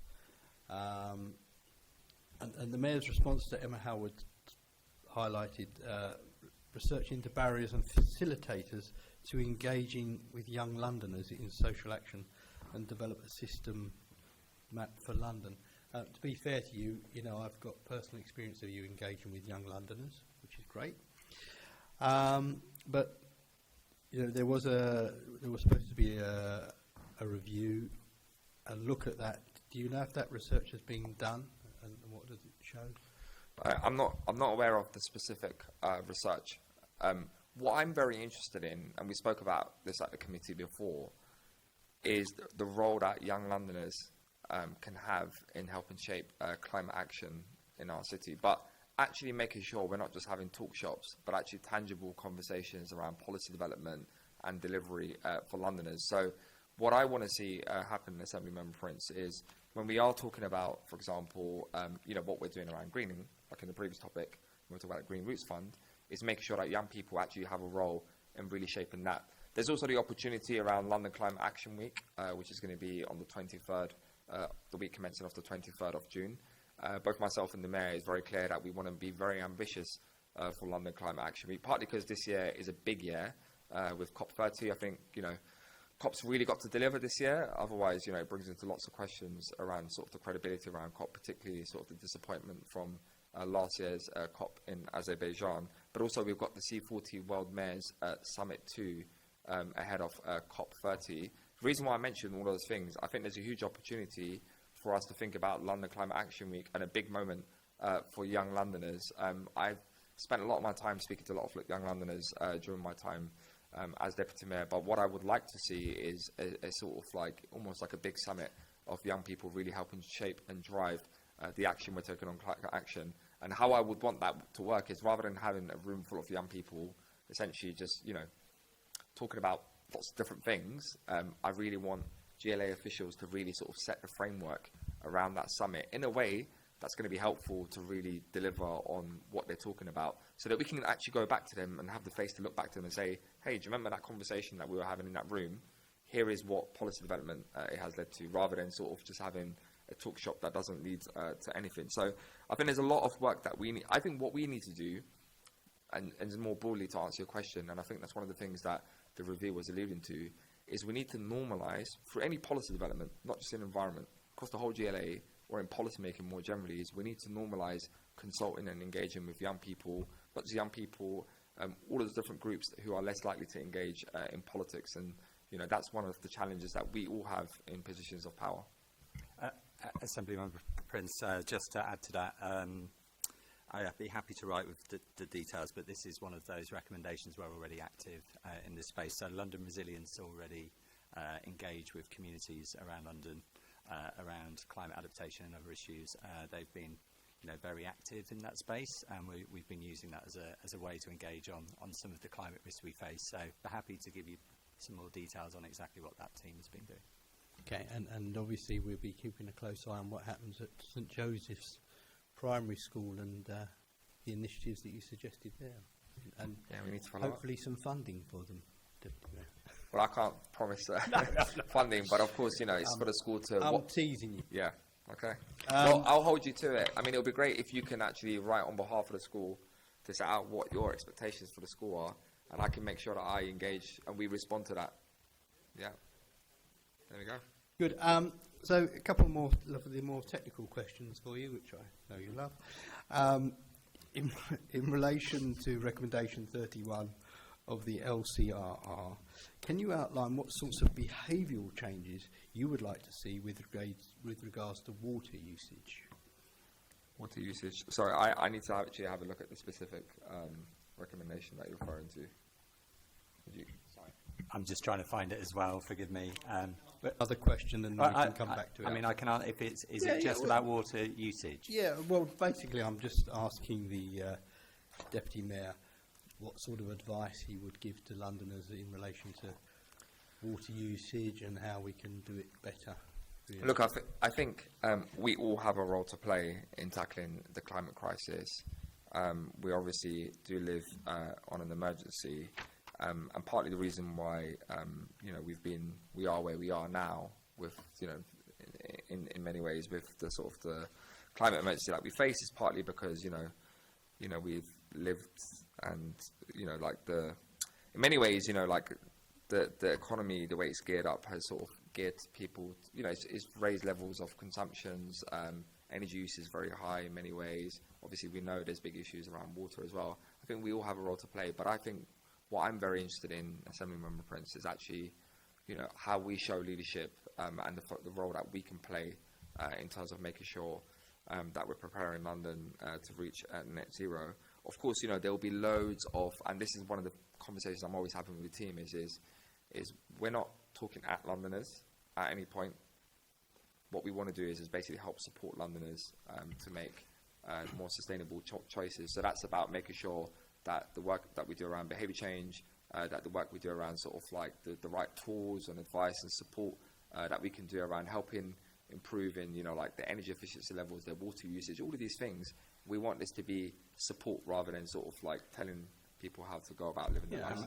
And just to come back to water use, you know, clearly drought is a big and growing issue for London. We are in an area where we have challenges around water resources anyway, so there's a number of kind of key elements to that. One is obviously making sure we have secure water supplies in the future, so thinking about reservoirs and other schemes that can help benefit that. We need to work with Thames to make them far more efficient in terms of their own ageing and creaky at times water systems, to make sure we're not sort of just losing that in the network as well.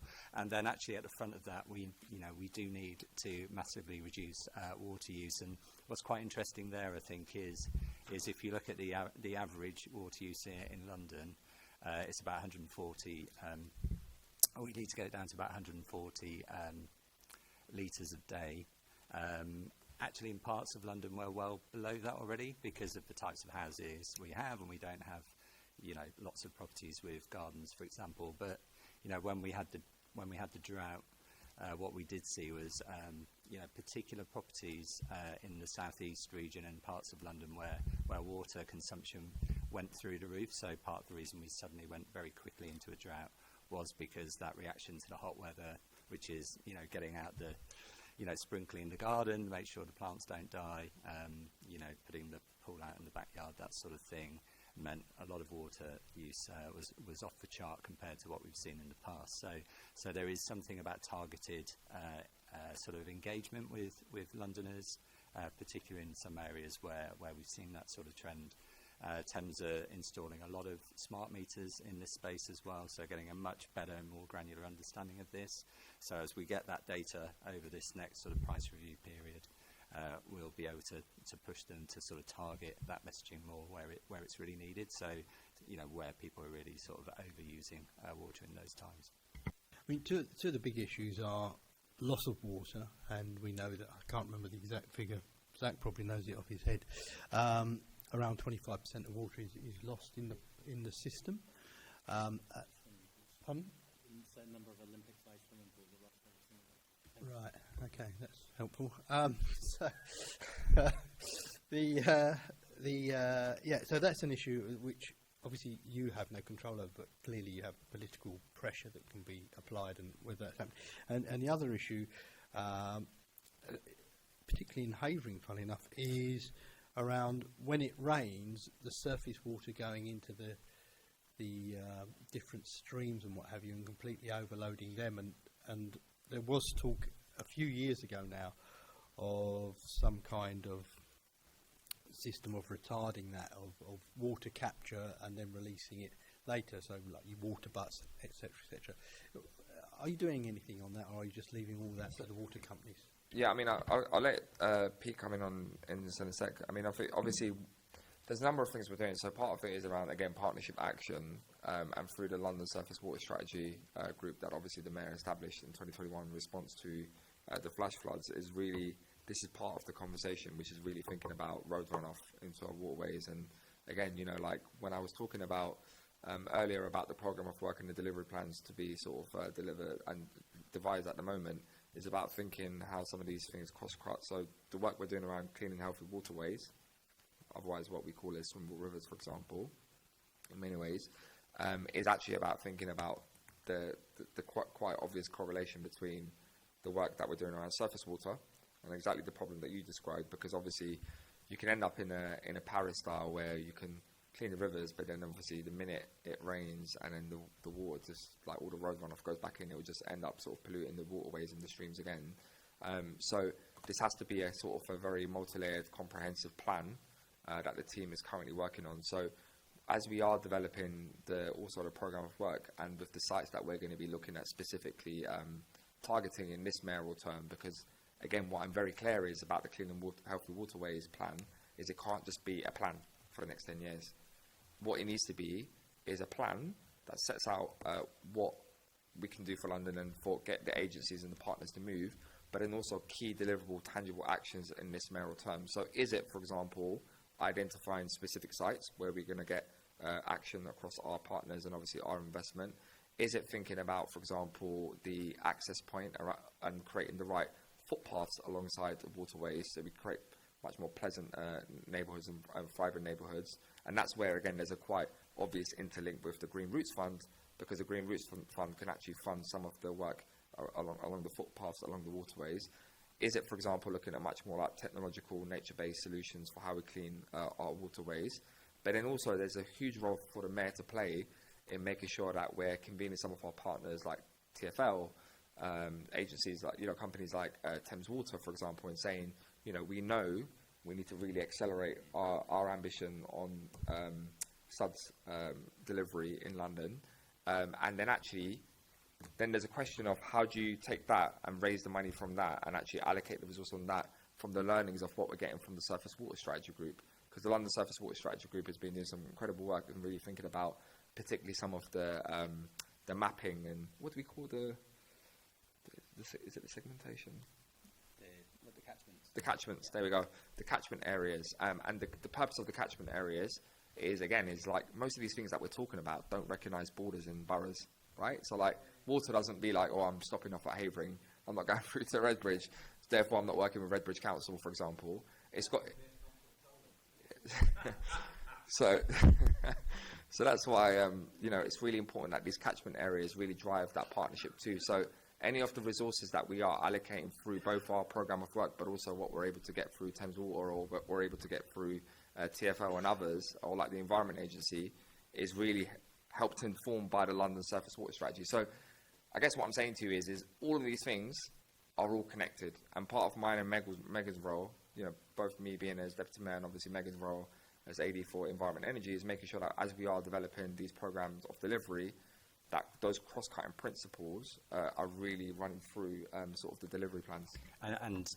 Sorry to entirely agree, obviously, with Mete, but again, just to add a couple of, as you would expect, a couple of other things we already sort of do in this space. You know, planning developments, we work really hard to make sure we capture and use as much water as we can on site to stop them contributing to the problem, and we have really big success here. This building is a really good example of that over time. So out the front is a very big water tank, which you don't see, which collects all of the water from this entire area and actually is flushing the toilets and you know, providing that sort of grey water use in the site. We're also capturing rainwater to do the same, and many developments around town are doing that. And just again with Thames, in the last price review, we worked really hard and pushed off to put conditional allowances in place, which required them to you know, make improvements in terms of leakage, matched by shareholder investment at that time, which has actually started to lead to improving, you know, their sort of leakage performance as well, although it's way behind what it needs to be. All right, I've never heard the word success in this building used in a sentence before, but nonetheless, very good. I've got one final question for you. I'm sure you'll be delighted to hear. Have you had any discussions around the new reservoir in South East? You did allude to reservoirs earlier. I personally haven't had. Are you asking for anyone specifically, like within GLA, or are you talking like externally? Well, the question was you, but I mean... No, as in like with me and like government or other people, or are you asking me internally? I'm just asking if you've had any discussions around the new reservoir in South East, and that could be with anyone, really. Yeah. Perhaps I can answer that just because some of this was before Mete arrived. So the Mayor has certainly made representations around the reservoir in the past to the Secretary of State and to Ofwat directly, and has been a strong supporter of the reservoir, both in terms of those meetings but also in terms of our own responses to consultations on it. So we see it as absolutely essential to providing London with a resilience in its water supply in the longer term, and the Mayor continues to support it. Good. Thank you very much. Thank you. Thank you very much. I want to continue the conversation about adaptation. I suppose I want to caveat that one of our biggest concerns has to be climate adaptation. We've seen what's happening around the world, and so I'm going to ask a question about strategies, but I please ask you not to use the line that we're not interested in strategies, we're just doing action, because if you do action without strategy, that is undisciplined, unstrategic action, and ultimately, as the Environment Agency put it, adapt or die. I met with the Mayor of Valencia, and he made it very clear, as have so many other people, like the work that needs to happen. Anyway, so we had an interim report on the surface water strategy, and it was published last July. We're informed that the full strategy would be published in 2024. When will the strategy be published? So I think just to clarify, Chair, I don't mean that strategies aren't important. I think what's really important is that the strategies are tied to deliverable actions. That's what Londoners expect to see. What we don't want is talk shops. What we want is essentially how strategies can actually help fill in gaps of where we don't understand how our actions can make a difference, and actually how action flows from strategies. And that's been always the conversation I've been having with officers. So I just wanted to make that absolutely sort of clear. In relation to specifically around the full surface water strategy, it's expected to be published in mid this year. Okay. I suppose just the urgency of the fact that we've seen people die from floods around the world, and we don't have a strategy on surface water flooding, yet we've had pretty awful near misses in London. Yeah, I mean, the Mayor recognises the importance of obviously like surface water strategy, and that's why he obviously brought together the Surface Water Strategy Group in response to the flash floods that we had in 2021. You're absolutely right. This isn't something that we can wait around for. You only have to look at what's happened in places like Valencia last year to understand the severity and the seriousness of this issue. And this is something that he has very clear expectations from me to deliver on for. One of the great things about the London Surface Water Strategy Group is its partnership and its collaboration. It's not only GLA, we've got really key representation there from the Fire Brigade to, London councils, all the different key partners who's Thames Water, yeah, it's got many, and we can provide the list of all the different people on the Surface Water Strategy Group. It's chaired by an independent chair, Dr. Elizabeth Rappaport as well. So as you can appreciate, obviously, like in terms of like having specific control over the timeline, it's not something that we directly have full autonomy over. You know, he has an independent chair. We're working with the group to try to make sure that the strategy is published as soon as it can. What we are also, you know, recent meetings that I've had with the group as well has been very positive in the sense that what we're already, you know, moving our sort of sights onto is thinking about, okay, how are we using the findings of the strategy and obviously what's coming out of that to move to the next phase, which is the delivery, which was my point around strategies and delivery going hand in hand and working together and the implementation side of it. And that's looking at specifically the catchment areas. The catchment areas are going to be a real fundamental game changer in this area. It's going to bring together agencies and partners in ways that they never worked together, it's particularly around flooding, and hopefully we can have a real positive impact to play in that.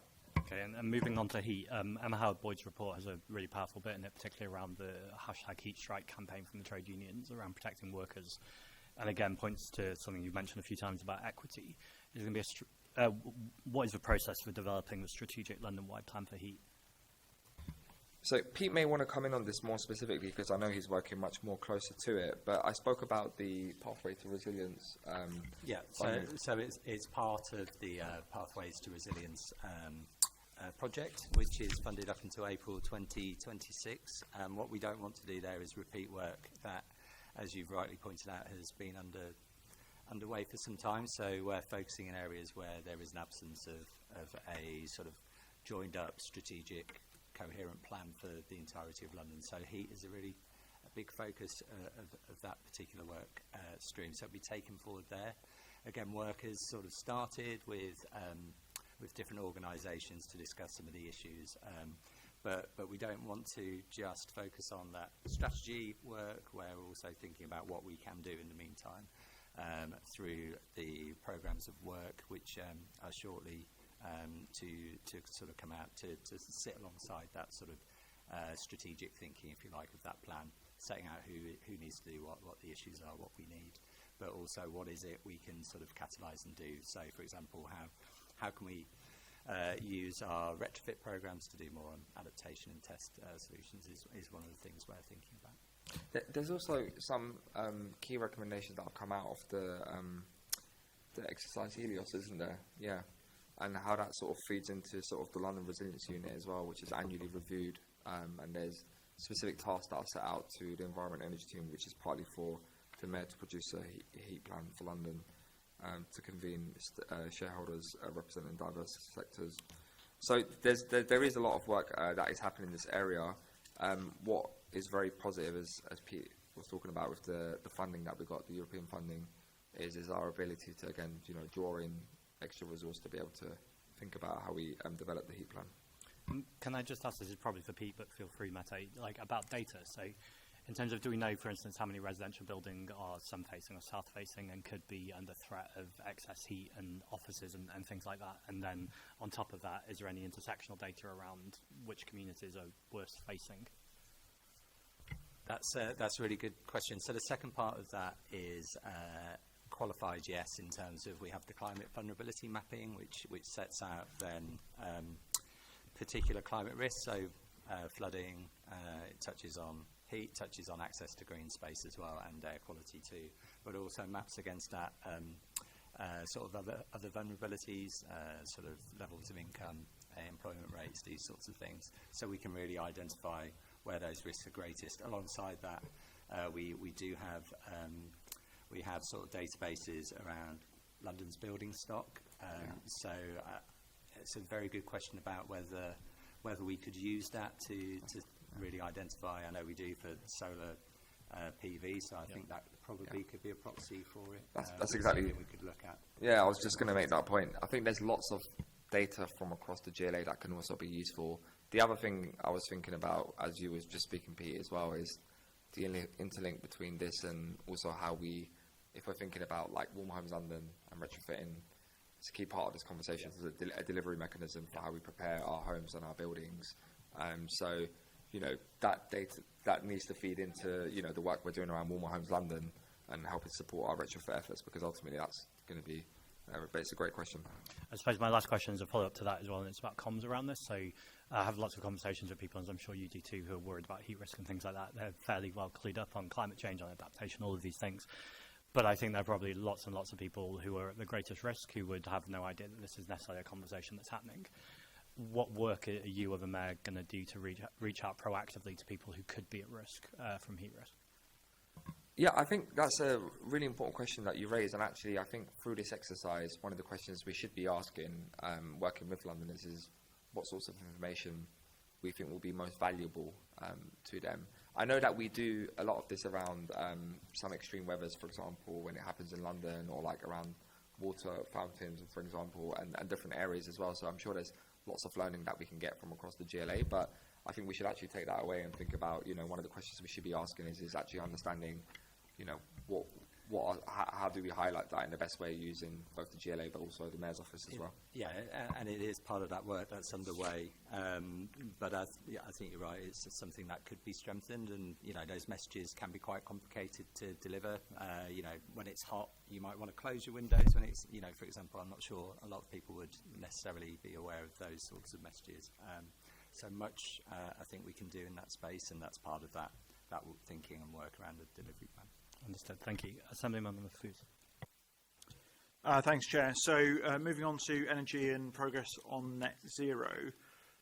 The last term of the last mayoral term was very much about delivering on clean air, and we've seen obviously the positive outcomes of that. And I'm going to come back to where that's going in a bit. But before I do, clearly a key focus this term and a key priority is about retrofit. Heard you obviously regularly, Mette, talking about this being not only clearly about climate justice, but also about social justice and equity, and you've talked about that quite a few times today already. So how will you ensure that one of the key target groups in London, so one of the people who are sort of most challenged by the cost of living crisis at the moment, are low-income private tenants? Obviously, because of the challenge of them living in private accommodation, it's not their accommodation, and so on. But how are we going to make sure that they're going to be aware and able to participate in the new Warmer Homes London programme? Yeah, good question, Assemblyman Mahfouz. I think firstly it's important to highlight, I think I want to use this as an opportunity to also talk about, I always say I'm not from a traditional environmentalist background.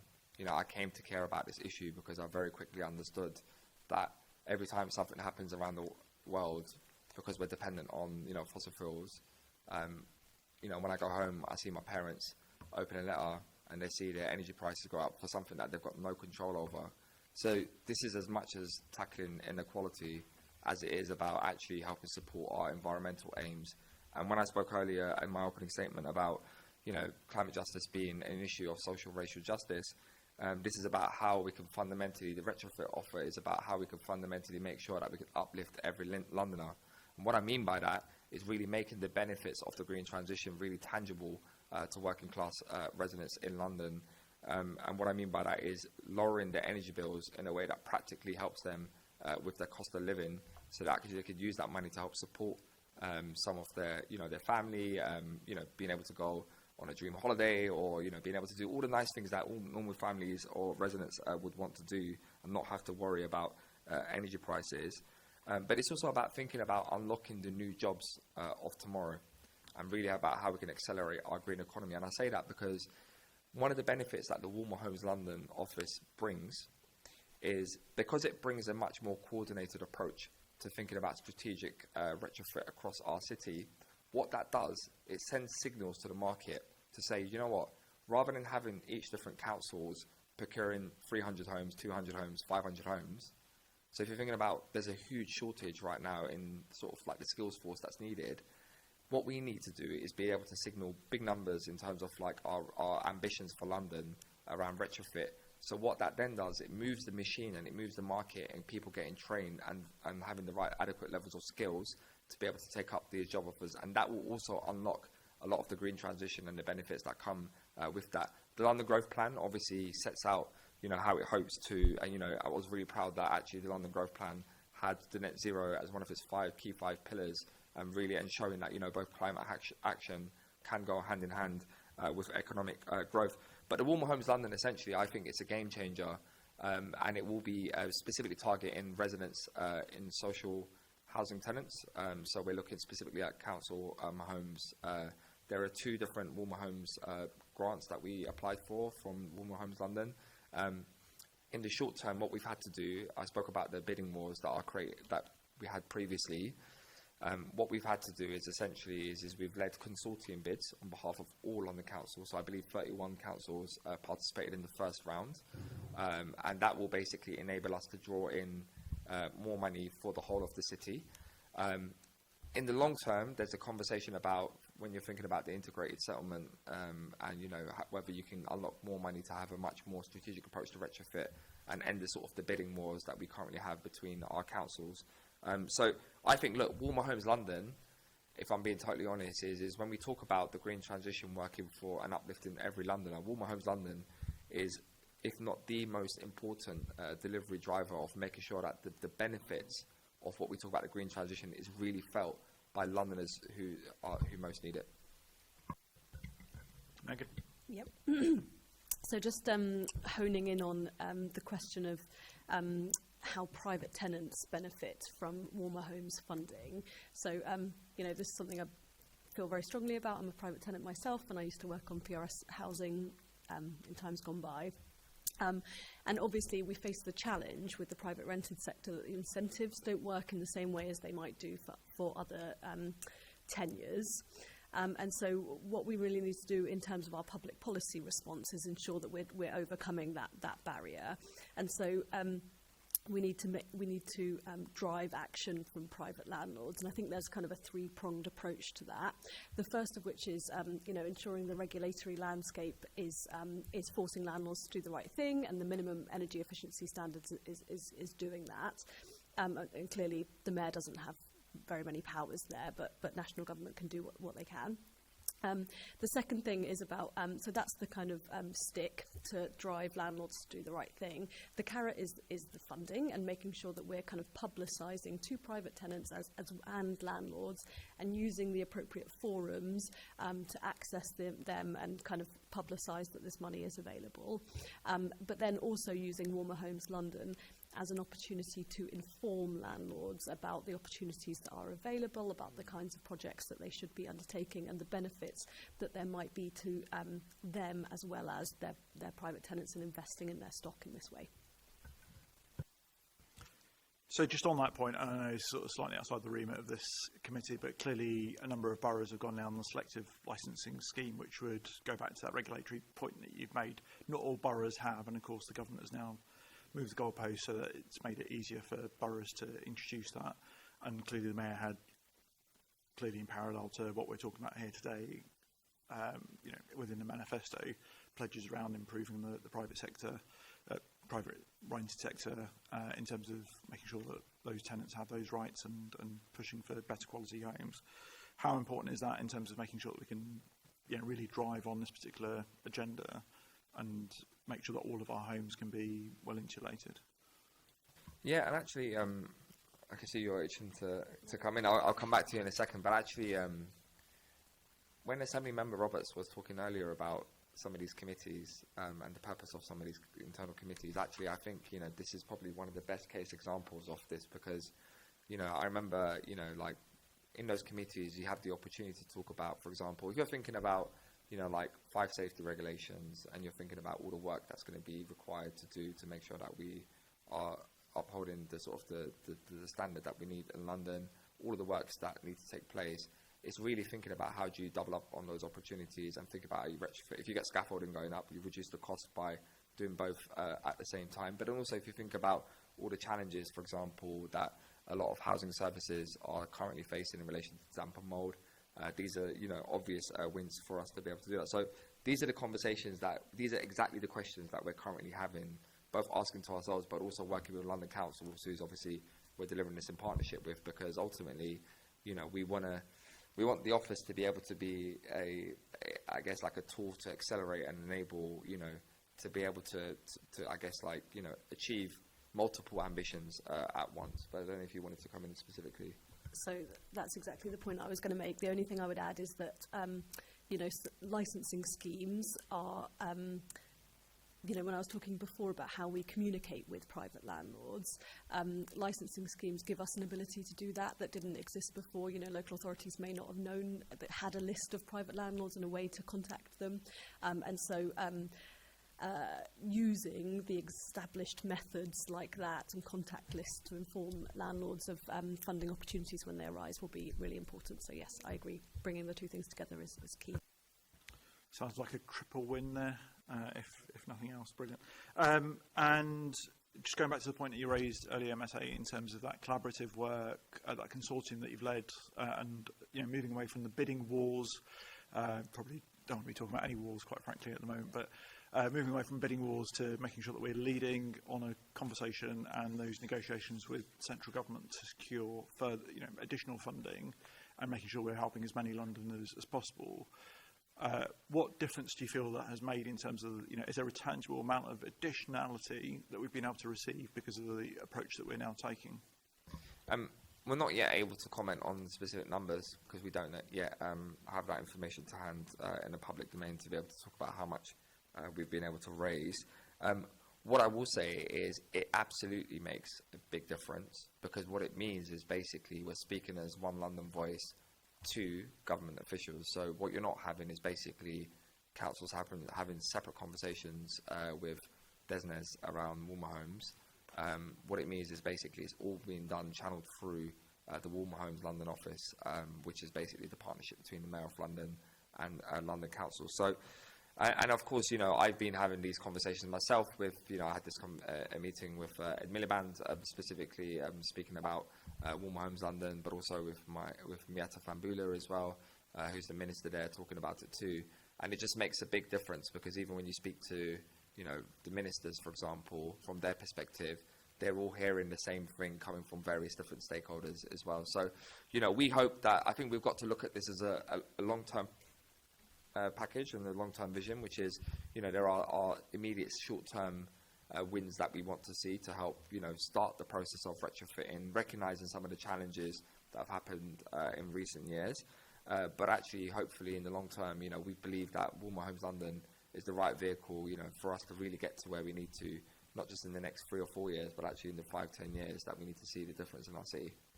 And I think just one additional point to that, there's an opportunity to build credibility now because of the way the funding is being structured over more than 1 year. So it's always been sort of dashing desperately to do things in a year and trying to negotiate to keep hold of the money because it's all very hard. But having that sort of longer period of time to actually, go at this stuff properly and think about it most effectively, I think will put us in good stead too.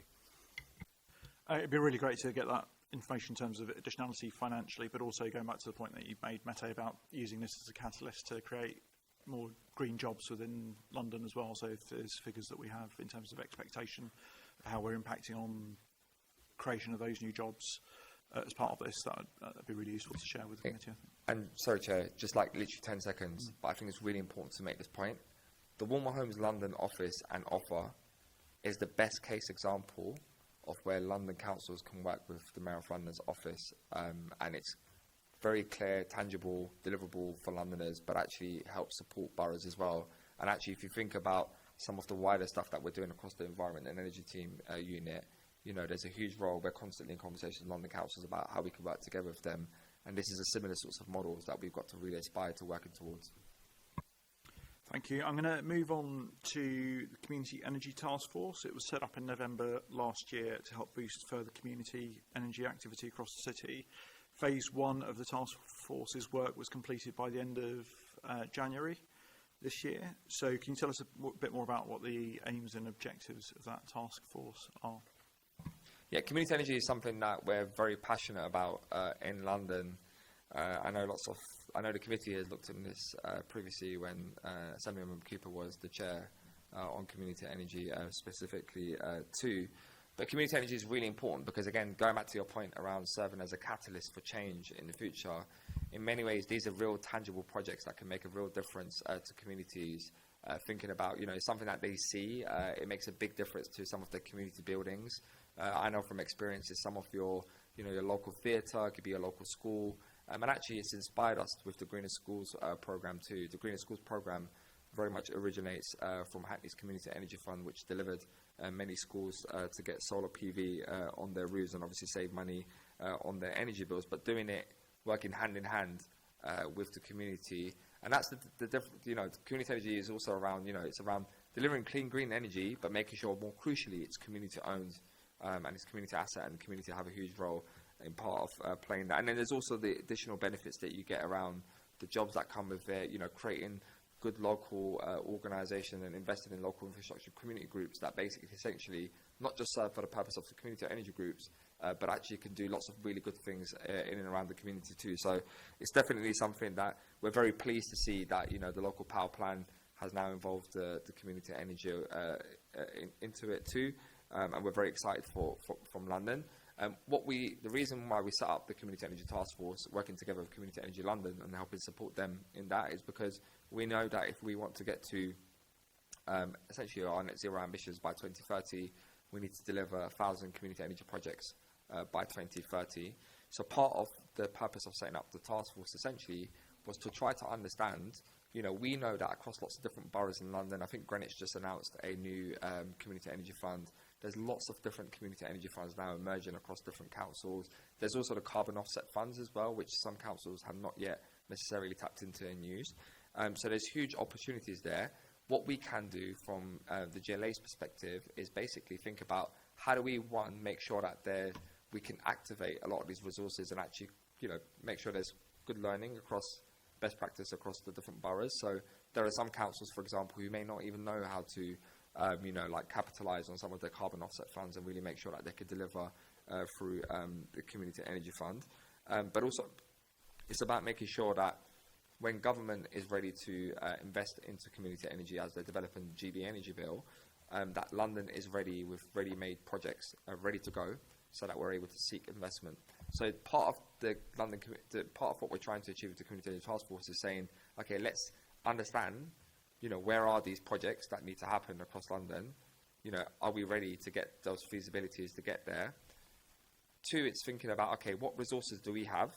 So, you know, the London Community Energy Fund, which I believe is on its 7th round, and we're talking about the future rounds around the London Community Energy Fund, and it's thinking about, okay, what projects can that feasibly deliver? 3, it's thinking about, okay, can we use our Community Energy Fund, or can we use our expertise to help support boroughs to do match funding for projects around community energy projects that, again, contribute to that 1,000? And then the 4th thing is, which is most important, is basically when we do get the GB Energy Bill come through, and obviously once the spending review on the other side and we understand how much money is going to be unlocked for community energy, is making sure London is ready to be able to really capitalise on the funding opportunities that will be available. So the Community Energy Task Force has been incredibly successful so far. As I say, it's led by Community Energy London. We wanted to make sure that it was led by the sector rather than from us as GLA telling them what they should be doing. Obviously, we're helping support the Secretariat in every step of the way, both in terms of making sure that they've got the right information they need to frame the meetings in a way that's going to help develop our policy making. And, you know, that's exactly what we're hoping to try and achieve. Yeah, that's excellent. So you talked about the 7 rounds of funding. So can you confirm that there will be an 8th round of funding as part of this upcoming financial year? Yes. Yeah, brilliant. And you also talked about additionality in terms of extra investment you're being able to secure for London boroughs. Again, can you put some figures behind that as to what's been able to be, what's been secured so far? Well, we haven't got those necessarily. Not necessarily now, but to share with the committee, that'd be. Yeah. I think what we want to do is that there are lots of different community energy funds popping up across the city from different boroughs. Some of those councils that have those community energy funds, they have different criteria models on the types of things that they fund and the types of groups that they work with. I know from speaking to the sector, one of the biggest challenges that the sector have specifically is around, I guess, like core funding and support that they need to actually have like employed staff, and they don't have to, again, worry going from one project bid to the next one. It's very difficult running small community-based organisations. So we're also looking into that to think about, okay, if not us, how can we help, really beefing up the community energy sector to make sure that they're, again, ready and they've got the right capabilities and the skills to be able to accelerate that transition too. But yeah, absolutely. I think, look, it's a very exciting moment for the community energy sector. Again, I think for community energy, the other thing that I should say as well, there are elements of the growth plan, which if you look very sort of closely into, particularly sort of the co-op and the inclusion of co-ops, for example, that are very important to sort of the delivery of community energy as well. So I think, I'm very pleased actually to see the Deputy Mayor for Business and Growth actually, really recognising the importance of community energy and co-ops in the London Growth Plan. I'm just going to move on to schools. So there's two significant commitments from an environmental point of view in relation to schools. One is in relation to net zero schools commitment, and the other one is in terms of clean air filters and supporting with that next step in terms of clean air. Has the work already been done in terms of what sort of numbers we're hoping to achieve in both those programmes in terms of that focus on delivery in this current mayoral term?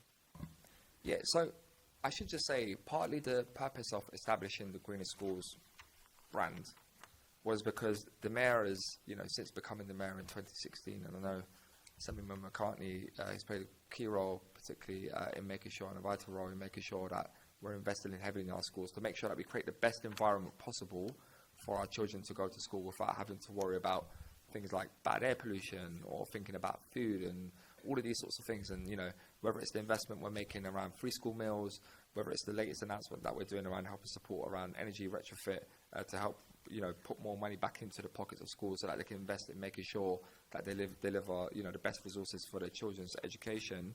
But it's also about thinking about air quality too. So the Greener Schools brand, more broadly speaking, it's an attempt to basically, bring together all of these amazing interventions that are happening across schools to create that, essentially, that environment that we want to see for our children. In relation to, I'm pleased, specifically on the energy net zero side, so on the latest round that we went out, we will be soon communicating what the outcomes have been of the Greener Schools funding bids through the boroughs. But what I can say is it's been overwhelmed with applications. I believe we had over 100 schools, which is incredible to think how quick the turnaround was when we first launched the applications for the schools. And again, it goes back to, Assemblymember Prince, one of the things that you mentioned was when you said, for example, I go around and meet lots of different people, how these lead into tangible different things that are happening. Actually, in all of those meetings that I was having with all those borough leaders between the months of when I first started in the end of July till, December, because that's when we launched the Greener Schools programme. Everywhere I went, I was really labelling the opportunity to say to political leaders, look, make sure your officers are prepared, because we are going to come forward with a Greener Schools programme. Make sure that they've got their prepared feasibility studies around the schools that can apply for the retrofit. And so actually, partly the reason, though all those things can go hand in hand. So the Greener Schools programme specifically will be announcing the schools that have been awarded around that. So that's amazing. And then on the filter programme as well for our schools, again, that will be soon announced too. We had hoped to have announced that sooner, but due to some complications, that's been put forward, pushed back a little bit. But hopefully, both of those things you should expect to see in the next month or two.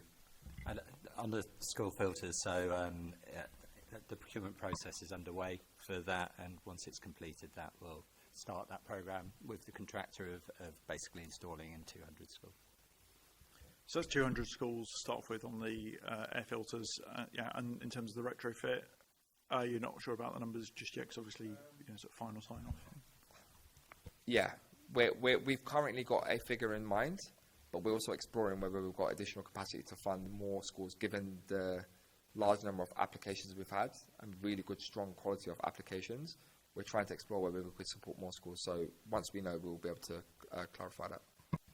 And just to clarify, those figures will be for just the next financial year or for the full term? Well, we anticipate, when we first went out with originally with the Net Zero Schools, the pilot, essentially, when we set out the £2 million towards it, as it was stated in the manifesto, we obviously put that pilot again in this upcoming financial year. So we anticipate that all the delivery will be done between 25-26 for the initial round of schools that we'll be able to award. Now, going back to the conversation we were having around community energy, there's then a question, and this is the conversation we've been having with government and ministers around, is basically saying, look, this is a successful model in London.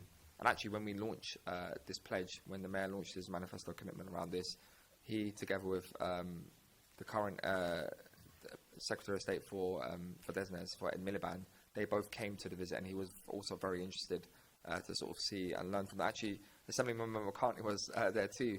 And so I think, government is also closely watching to see how successful this model is. And hopefully our ambition is that we can set the model. We also use the evaluation from this.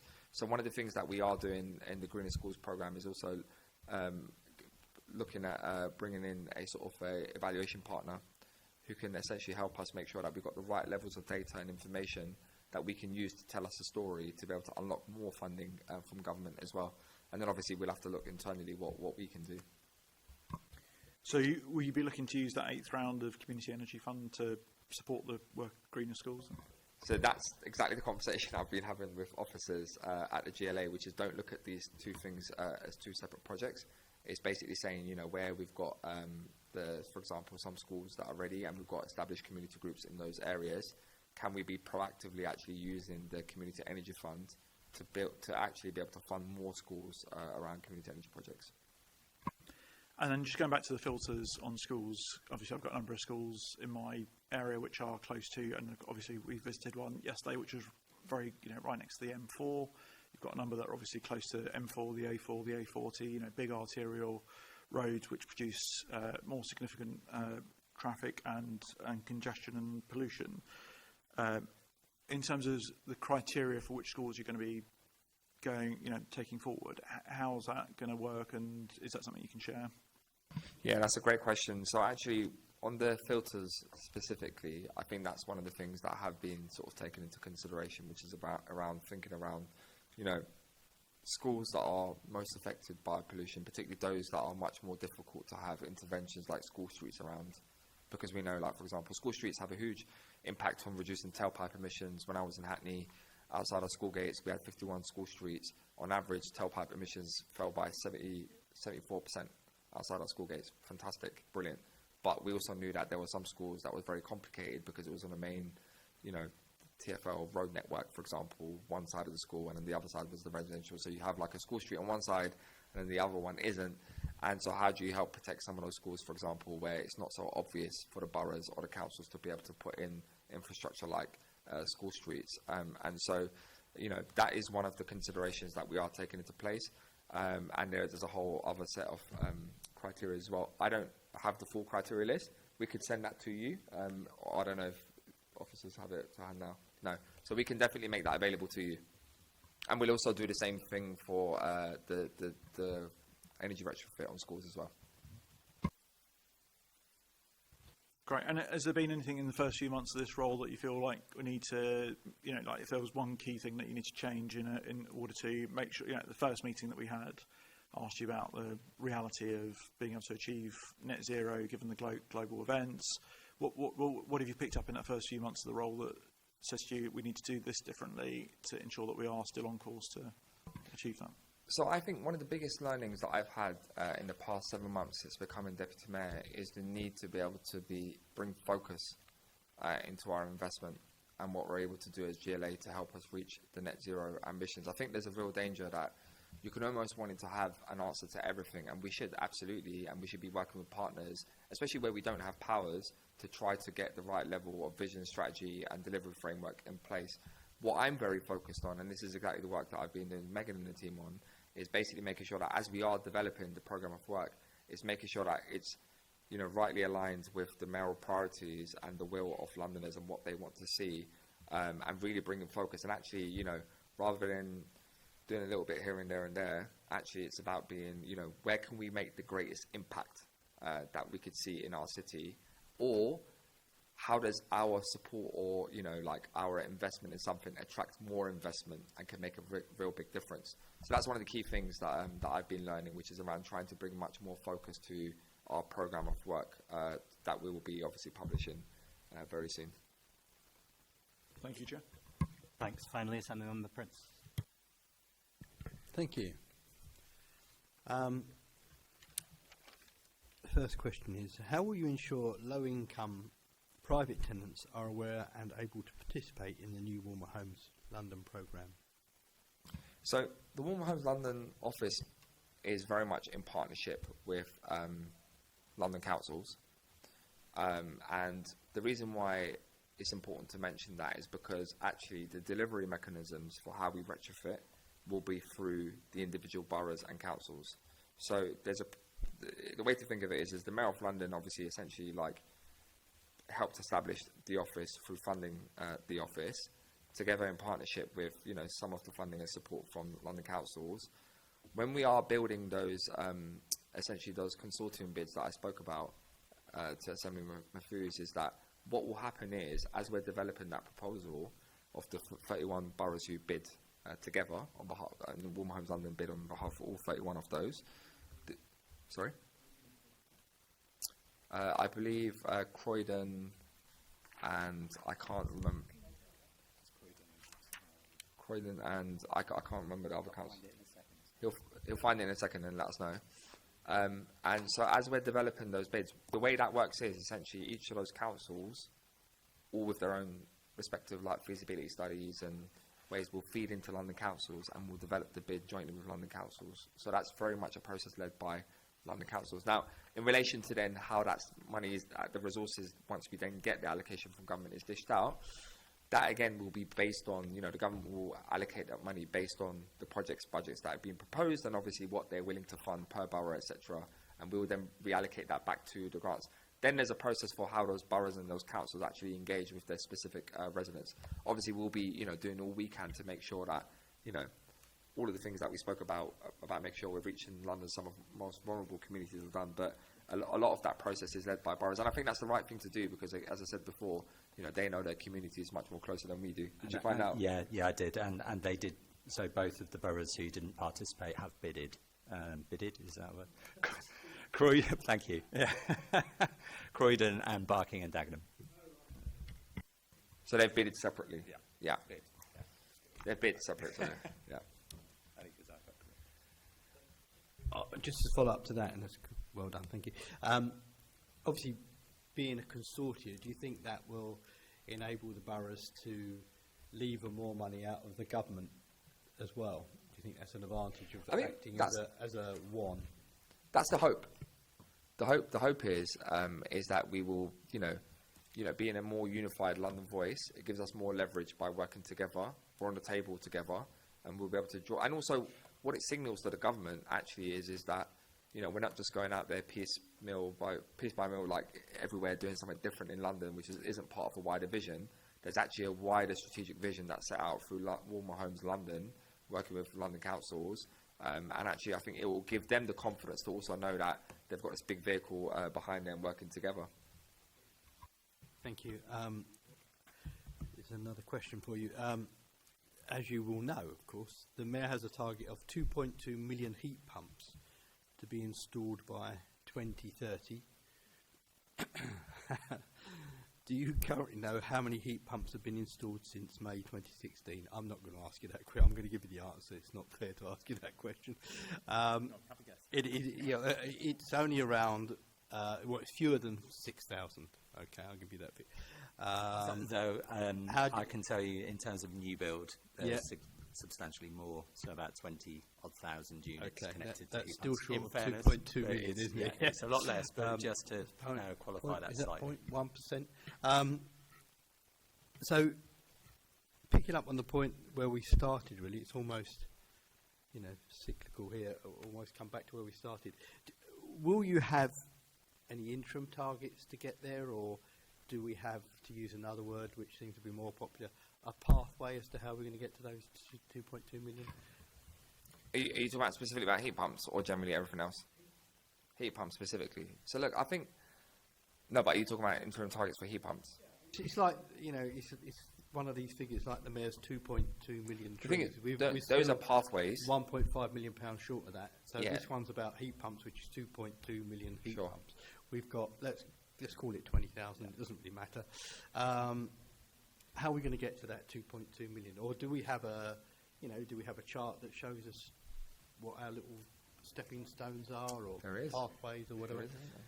Yeah. So look. Firstly, what I would say is that a lot of this relates to pathways to net zero, right? And that's partly about what the GLA can do, but also like what else needs to happen in order for us to reach net zero by 2030. There are monitoring reports. Pete may want. Do you know that device that we had recently? Not the device, the monitoring report. Leggy. And that's available online, isn't it? And we can share that across, and that shows you all of those charts where you can actually see progress against some of our pathways, and obviously what we need to do moving forward. And is that annually updated? That's annually updated. That won't give you details of heat pump installs, Yeah. but I think if you want to see that trajectory, as you know, the zero carbon pathway sets out and the detailed reports behind that. Yeah, So and look, the sort of trajectory. Fi- That's finally, what I would you say- know, all sort of sparring apart. Just how are we going to get to 2.2 million? So what I would If we've say, only got in the last, how many years is that? 8 years, is it? We've only got to your 20. Yeah, I'll can take I- it. My can I- figure sorry, was can I 1 just year, I quickly- should say. But, yeah, I think look, I've got to partly, start wrapping us up in a minute. sure. So just I'll just be final very comments. quick in response. I think partly the problem is something with Prince is that unfortunately we've had a lost decade or longer of inaction from a government who's been working against London and who's been working against the Mayor of London. What we do now have is a huge opportunity of a government who believes in climate change, who wants to take action, who recognises the benefits and the opportunities that come with the green transition, whether it's around accelerating the jobs that we need, but also around making sure that we have much more energy efficient buildings. And so we're very excited to be working with the government.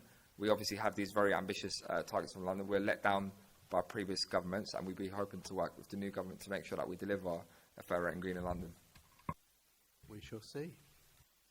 Thank you. Thanks to the Deputy Mayor and to the officers for the discussion. Can I ask the committee to note the report and the discussion? Can we also delegate authority to me as chair in consultation with party group lead members to agree on the output arising from the discussion? The London Assembly's annual meeting, due to take place in May 2025, will decide which committees to establish for the 2025-2026 Assembly year and a timetable of meetings for those committees. So the next meeting of the committee will be confirmed in due course. This is my last meeting chairing, so thank you very much to Assembly members. Thank you, Richard. Thank you, Sal. Thank you, Thomas. Thank you, Tony Chair. and Munissa. Thank you very much. I have no more urgent business. Thank you.